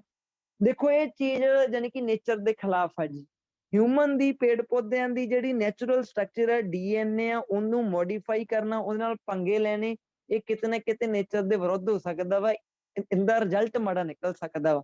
ਕਿਤੇ ਨਾ ਕਿਤੇ ਮੋਡੀਫਾਈ ਕਰਦੇ ਕਰਦੇ ਕੋਈ ਹੋਰ ਡਿਜ਼ੀਜ਼ ਨਾ ਹੋ ਜਾਣ ਲੋਕਾਂ ਨੂੰ, ਕੋਈ ਨਵਾਂ ਵਾਇਰਸ ਨਾ ਪੈਦਾ ਹੋ ਜਾਵੇ ਜਿਹੜਾ ਕਿਊਰੇਬਲ ਹੀ ਹੈ ਨਹੀਂਗਾ, ਜਿਹਦੀ ਟ੍ਰੀਟਮੈਂਟ ਹੀ ਨਹੀਂ ਹੋ ਸਕਦੀ ਸਮਝ ਲਓ, ਤਾਂ ਉਹ ਚੀਜ਼ ਫਿਰ ਕਿਤੇ ਨਾ ਕਿਤੇ ਕੰਮ ਖਰਾਬ ਕਰ ਸਕਦੀ ਹੈ। ਯਾਨੀ ਕਿ ਜੈਨੇਟਿਕ ਫੀਲਡ ਤੁਸੀਂ ਕਹਿ ਦੋ ਕਿ ਜੇ ਕੋਈ ਫੀਲਡ ਰੱਬ ਦੇ ਨਾਲ ਪੰਗਾ ਲੈ ਰਹੀ ਆ, ਨੇਚਰ ਦੇ ਨਾਲ ਪੰਗਾ ਲੈ ਰਹੀ ਆ, ਉਹ ਜੈਨੇਟਿਕ ਫੀਲਡ ਹੈ ਜੀ। ਯਾਨੀ ਕਿ ਹਿਊਮਨ ਦੀ ਸਟਰਕਚਰ ਬਦਲਣ ਨੂੰ ਫਿਰਨਾ, ਕਿਸੇ ਬੰਦੇ ਦੀ ਹਾਈਟ ਕਿੰਨੀ ਹੋ ਸਕਦੀ ਆ ਉਹ ਡਿਪੈਂਡ ਕਰਦਾ ਉਹਦੀ ਯਾਨੀ ਕਿ ਮਦਰ ਤੇ ਫਾਦਰ ਤੇ। ਬਟ ਇਹ ਫੀਲਡ ਕਹਿ ਰਹੀ ਹੈ ਕਿ ਮਦਰ ਤੇ ਫਾਦਰ ਭਾਵੇਂ 5 ਫੀਟ ਦੇ ਹੋਣ, ਬਟ ਬੱਚਾ ਸਟਿਲ 7 ਫੀਟ ਦਾ ਯਾਨੀ ਕਿ ਪੈਦਾ ਹੋ ਜਾਊਗਾ। ਕਿਵੇਂ? ਕਿਉਂਕਿ ਜੇ ਅਸੀਂ ਉਹਨਾਂ ਦੇ ਜੀਨਸ ਨੂੰ ਮੋਡੀਫਾਈ ਕਰ ਦਈਏ ਤਾਂ। ਸੋ ਇਹ ਟੋਟਲੀ ਯਾਨੀ ਕਿ ਜੋ ਨੇਚਰ ਆ ਉਹਦੇ ਖਿਲਾਫ। ਆਪਣੇ ਲਾਸਟ ਵਾਲੇ ਟੌਪਿਕ ਰਹਿ ਗਏ ਜੀ ਬ੍ਰੇਨ ਡਰੇਨ। ਸਿੰਗੂਲਰ ਇੱਕ ਸਿੰਪਲ ਸ਼ਬਦਾਂ ਦੇ ਵਿੱਚ ਦੱਸੂਗਾ, ਜਦੋਂ ਕੋਈ ਪੜ੍ਹਿਆ ਲਿਖਿਆ ਬੰਦਾ, ਕੋਈ ਬੰਦਾ ਵਾ ਜਿਹਨੇ ਇੱਧਰ ਜਾਣੀ ਕਿ ਮਾਸਟਰੀ ਕੀਤੀ, ਮਾਸਟਰੀ ਕਰਨ ਤੋਂ ਬਾਅਦ ਚੋਂ ਕਿਸੇ ਫੀਲਡ ਵਿੱਚ PhD ਕੀਤੀ, ਹਾਰਟ ਦੀ, ਹਾਰਟ ਸਰਜਨ ਆ ਹੁਣ ਉਹ ਬਹੁਤ ਵੱਡਾ, ਹੁਣ ਉਹ ਹਾਰਟ ਸਰਜਰੀ ਕਰਦਾ ਵਾ, ਬਹੁਤ ਪੜ੍ਹਿਆ ਲਿਖਿਆ ਬੰਦਾ, ਤੇ ਉਹ ਹੁਣ ਹੈ ਆਪਣੀ ਖੁਦ ਦੀ ਕੰਟਰੀ ਦਾ, ਤੇ ਉਹ ਹੁਣ USA ਵਿੱਚ ਜਾ ਕੇ ਉੱਥੋਂ ਦੀ PR ਲੈ ਕੇ ਉੱਥੇ ਕੰਮ ਕਰਨ ਲੱਗ ਗਈ। ਇਹ ਬ੍ਰੇਨ ਡਰੇਨ ਹੁੰਦਾ ਜੀ। ਬ੍ਰੇਨ ਡਰੇਨ ਮੀਨਸ ਜਦੋਂ ਇੱਕ ਯਾਨੀ ਕਿ ਡਿਵੈਲਪਡ ਮਾਈਂਡ, ਇੱਕ ਬਹੁਤ ਸਕਿੱਲਫੁਲ ਬੰਦਾ ਆਪਣੀ ਕੰਟਰੀ ਨੂੰ ਲੀਵ ਕਰਕੇ ਦੂਜੀ ਕੰਟਰੀ ਦੇ ਲਈ ਕੰਮ ਕਰਨ ਜਾ ਵੜੇ, ਇਹ ਹੁੰਦਾ ਬ੍ਰੇਨ ਡਰੇਨ। ਫਾਇਦੇ ਕੀ ਹੈ ਜੀ? ਉਹ ਬੰਦੇ ਨੂੰ ਸ਼ਾਇਦ ਖੁਦ ਦੀ ਕੰਟਰੀ ਦੇ ਵਿੱਚ ਉਹ ਪੋਜੀਸ਼ਨ, ਉਹ ਸਟੇਟਸ ਨਾ ਮਿਲਿਆ ਹੋਵੇ, ਬਾਹਰ ਜਾ ਕੇ ਉਹਦੀ ਜ਼ਿੰਦਗੀ ਵਧੀਆ ਬਣ ਗਈ। ਹੋਰ ਕੀ ਹੋ ਸਕਦਾ ਜੀ? ਉਹ ਬੰਦਾ ਹੋਰ ਵੀ ਕੰਟਰੀਆਂ ਨੂੰ, ਹੋਰ ਕਿਤੇ ਜਾ ਕੇ ਵੀ ਭਲਾ ਕਰ ਸਕਦਾ ਜੀ। ਆਹ ਚੀਜ਼ਾਂ ਹੋ ਸਕਦੀਆਂ ਬ੍ਰੇਨ ਡਰੇਨ ਦੀਆਂ। ਫਾਇਦੇ ਇਹਦੇ। ਨੁਕਸਾਨ ਕੀ ਹੈ ਜੀ? ਜਿਹੜੀ ਕੰਟਰੀ ਉਹ ਛੱਡ ਕੇ ਗਿਆ ਵਾ ਉਹ ਕੰਟਰੀ ਦੀ ਡਿਵੈਲਪਮੈਂਟ ਰੁਕ ਗਈ। ਉਹ ਹਾਰਟ ਸਰਜਨ ਬਹੁਤ ਜ਼ਿਆਦਾ, ਤੁਸੀਂ ਕਹਿ ਦਿਓ ਕਿ ਬਹੁਤ ਜ਼ਿਆਦਾ ਸਕਿੱਲਫੁਲ ਬੰਦਾ ਸੀਗਾ ਉਹ, ਤੇ ਆਪਣੀ ਕੰਟਰੀ ਨੇ ਇੱਕ ਹਾਰਟ ਸਰਜਨ ਖੋਤਾ। ਨੈਚੁਰਲ ਜੀ ਗੱਲ ਆ, ਹੁਣ ਆਪਣੇ ਕੋਲੇ ਹਾਰਟ ਸਰਜਨ ਹੁਣ ਇੱਕ ਘੱਟ ਹੋ ਗਿਆ, ਇਹ ਆਪਣੇ ਲਈ ਤਾਂ ਨੈਗੇਟਿਵ ਗੱਲ ਹੈ ਕਿ ਤਾਂ ਉਹ ਕੰਟਰੀ ਦੀ ਡਿਵੈਲਪਮੈਂਟ ਰੁਕ ਜਾਂਦੀ। ਆਪਣੇ ਬਹੁਤ ਵੱਡਾ ਟੀਚਰ ਮੰਨਿਆ ਪਰਮੰਨਿਆ ਕਿਸੇ ਹੋਰ ਕੰਟਰੀ ਵਿੱਚ ਜਾ ਕੇ ਹੋਰ ਕੋਈ ਕੰਮ ਕਰਨ ਲੱਗ ਜਾਓ, ਕੰਟਰੀ ਦੇ ਬੱਚਿਆਂ ਨੂੰ ਟੀਚ ਕਰਨ ਲੱਗ ਜੇ, ਕਿੱਥੇ ਉਹ ਟ੍ਰੇਨਰ ਨੇ ਆਪਣੀ ਖੁਦ ਦੇ ਕੰਟਰੀਆਂ ਦੇ ਜੋ ਬੱਚੇ ਆ ਉਹਨਾਂ ਨੂੰ ਕਿੱਥੋਂ ਤੱਕ ਲੈ ਕੇ ਜਾਣਾ ਸੀਗਾ, ਕਿੱਥੇ ਉਹ ਬਾਹਰ ਜਾ ਕੇ ਹੁਣ ਤਿਆਰ ਕਰ ਰਿਹਾ ਬੱਚੇ ਜੀ, ਉਹ ਵਾਲੇ ਜੋ ਉਹ ਦੂਜੀ ਕੰਟਰੀ ਦੇ। ਤਾਂ ਇਹ ਹੋ ਸਕਦਾ ਜੀ ਇਹਦਾ। ਮੋਨੋਕਲਚਰ ਮੀਨ ਸਿੰਗੂਲਰ ਕਲਚਰ। ਮੋਨੋਕਲਚਰ ਦੇ ਫਾਇਦੇ ਕੀ ਹੈ ਜੀ? ਡਿਸਕ੍ਰਿਮੀਨੇਸ਼ਨ ਖਤਮ ਹੋ ਜੂਗੀ, ਲੋਕੀ ਸਿਮਿਲਰ ਦਿਖਣ ਲੱਗ ਜਾਣਗੇ, ਬ੍ਰਦਰਹੁੱਡ ਯਾਨੀ ਕਿ ਵਧੂਗਾ, ਕਿਸੇ ਵੀ ਤਰ੍ਹਾਂ ਦੀ ਕਨਫਲਿਕਟ ਨਹੀਂ ਹੋਣੀ, ਕੋਈ ਵੀ ਲੜਾਈ ਝਗੜਾ, ਕੋਈ ਵੀ ਯਾਨੀ ਕਿ ਲੜਾਈ ਝਗੜਾ ਨਹੀਂ ਹੋਣਾ। ਡਰਾਬੈਕ ਕੀ ਹੈ ਜੀ? ਮੋਨੋਕਲਚਰ ਹੋਊਗਾ ਤਾਂ ਜ਼ਿੰਦਗੀ ਦੇ ਵਿੱਚ ਜੇ ਸਾਰਾ ਕੁਝ ਸੇਮ ਹੀ ਹੋ ਜਾਊਗਾ ਜੀ, ਤਾਂ ਫਿਰ ਯਾਨੀ ਕਿ ਕਲਰਫੁਲ ਜ਼ਿੰਦਗੀ ਨਹੀਂ ਨਾ ਰਹਿਣੀ। ਮੰਨ ਕੇ ਚੱਲੋ ਕੋਈ ਪਿੰਡ ਆ, ਉਹਦੇ ਸਾਰੇ ਘਰ ਹੀ ਪਿੰਕ ਕਲਰ ਦੇ ਹੋਣ, ਤੇ ਕੋਈ ਬੰਦਾ ਨੈਚੁਰਲ ਜੀ ਗੱਲ ਆ ਚਾਰੇ ਪਾਸੇ ਦੇਖੂਗਾ ਤਾਂ ਪਿੰਕ ਪਿੰਕ ਕਲਰ ਹੀ ਹੈ ਜੀ। ਡਾਇਵਰਸਿਟੀ ਮੀਨ ਕੀ ਹੁੰਦਾ ਜੀ? ਯਾਨੀ ਕਿ ਡਿਫਰੈਂਟ ਕਿਹਨੂੰ ਕਹਿ ਦਿੰਦੇ ਆ ਕਿ ਜਾਣੀ ਕਿ ਜ਼ਿਆਦੇ ਰੰਗ, ਜ਼ਿਆਦੇ ਕਲਰ। ਨੈਚੁਰਲ ਜੀ ਗੱਲ ਹੈ, ਜੇ ਕਲਚਰ ਵੱਖਰੇ ਵੱਖਰੇ ਆ, ਲੋਕਾਂ ਦਾ ਪਹਿਰਾਵਾ ਵੱਖਰਾ ਵੱਖਰਾ, ਲੋਕਾਂ ਦੀਆਂ ਜਾਣੀ ਕਿ ਬੋਲੀਆਂ ਵੱਖਰੀਆਂ ਵੱਖਰੀਆਂ, ਤਾਂ ਹੀ ਆਪਾਂ ਨੂੰ ਕਿਉਰਿਓਸਿਟੀ ਆ ਵੀ ਕਿਸੇ ਹੋਰ ਕੰਟਰੀ ਨੂੰ ਘੁੰਮਣ ਦੀ। ਹੁਣ ਮੰਨ ਕੇ ਲਓ ਮੈਂ ਜਾਣਾ, ਮੈਂ ਜਿਵੇਂ ਕਿ ਜਾਪਾਨ ਜਾਣਾ ਚਾਹੁੰਦਾ, ਮੰਨ ਕੇ ਲਓ ਮੈਂ ਕਾਹਤੋਂ ਜਾਣਾ ਚਾਹੁੰਦਾ ਵਾ? ਕਿਉਂਕਿ ਉੱਥੋਂ ਦੇ ਲੋਕ ਮੈਨੂੰ ਵਧੀਆ ਲੱਗਦੇ ਆ, ਉੱਥੋਂ ਦਾ ਕਲਚਰ ਹੋ ਗਿਆ, ਉੱਥੋਂ ਦੀ ਬੋਲੀ ਹੋ ਗਈ, ਤੇ ਲਾਈਫ ਸਟਾਈਲ ਹੋ ਗਿਆ। ਹੁਣ ਜੇ ਮੈਨੂੰ ਪਤਾ ਲੱਗੇ ਕਿ ਜਾਪਾਨ ਦੇ ਵਿੱਚ ਵੀ ਪੰਜਾਬੀ ਬੋਲੀ ਜਾਂਦੀ ਆ, ਜਾਪਾਨ ਦੇ ਵਿੱਚ ਵੀ ਸਾਡੇ ਵਾਲੇ ਸੂਟ ਆ, ਸਾਰਾ ਕੁਝ ਆਪਣੇ ਡਿੱਟੋ ਜਾਪਾਨ ਆਪਣਾ, ਫਿਰ ਮੈਂ ਜਾਪਾਨ ਕਾਹਤੋਂ ਜਾਊਂਗਾ? ਫਿਰ ਨਹੀਂ ਜਾਊਂਗਾ। ਯਾਨੀ ਕਿ ਡਾਇਵਰਸਿਟੀ ਦੇਖਣ ਦੇ ਲਈ ਲੋਕ ਬਾਹਰ ਨਿਕਲਦੇ ਆ। ਜਦੋਂ ਮੋਨੋਕਲਚਰ ਹੀ ਹੋਊਗਾ ਫਿਰ ਤਾਂ ਉਹ ਜੋ ਜਾਣੀ ਕਿ ਕਲਰਫੁਲ ਦੁਨੀਆ ਵਾ ਉਹ ਖਤਮ ਹੋ ਜਾਂਦੀ ਹੈ ਜੀ ਸਰ। ਸੋ ਇਹ ਆਪਣੇ ਸਾਰੇ ਸੀਗੇ ਜੀ ਟੌਪਿਕ ਜਿਹੜੇ ਡਿਫੀਕਲਟ ਸੀਗੇ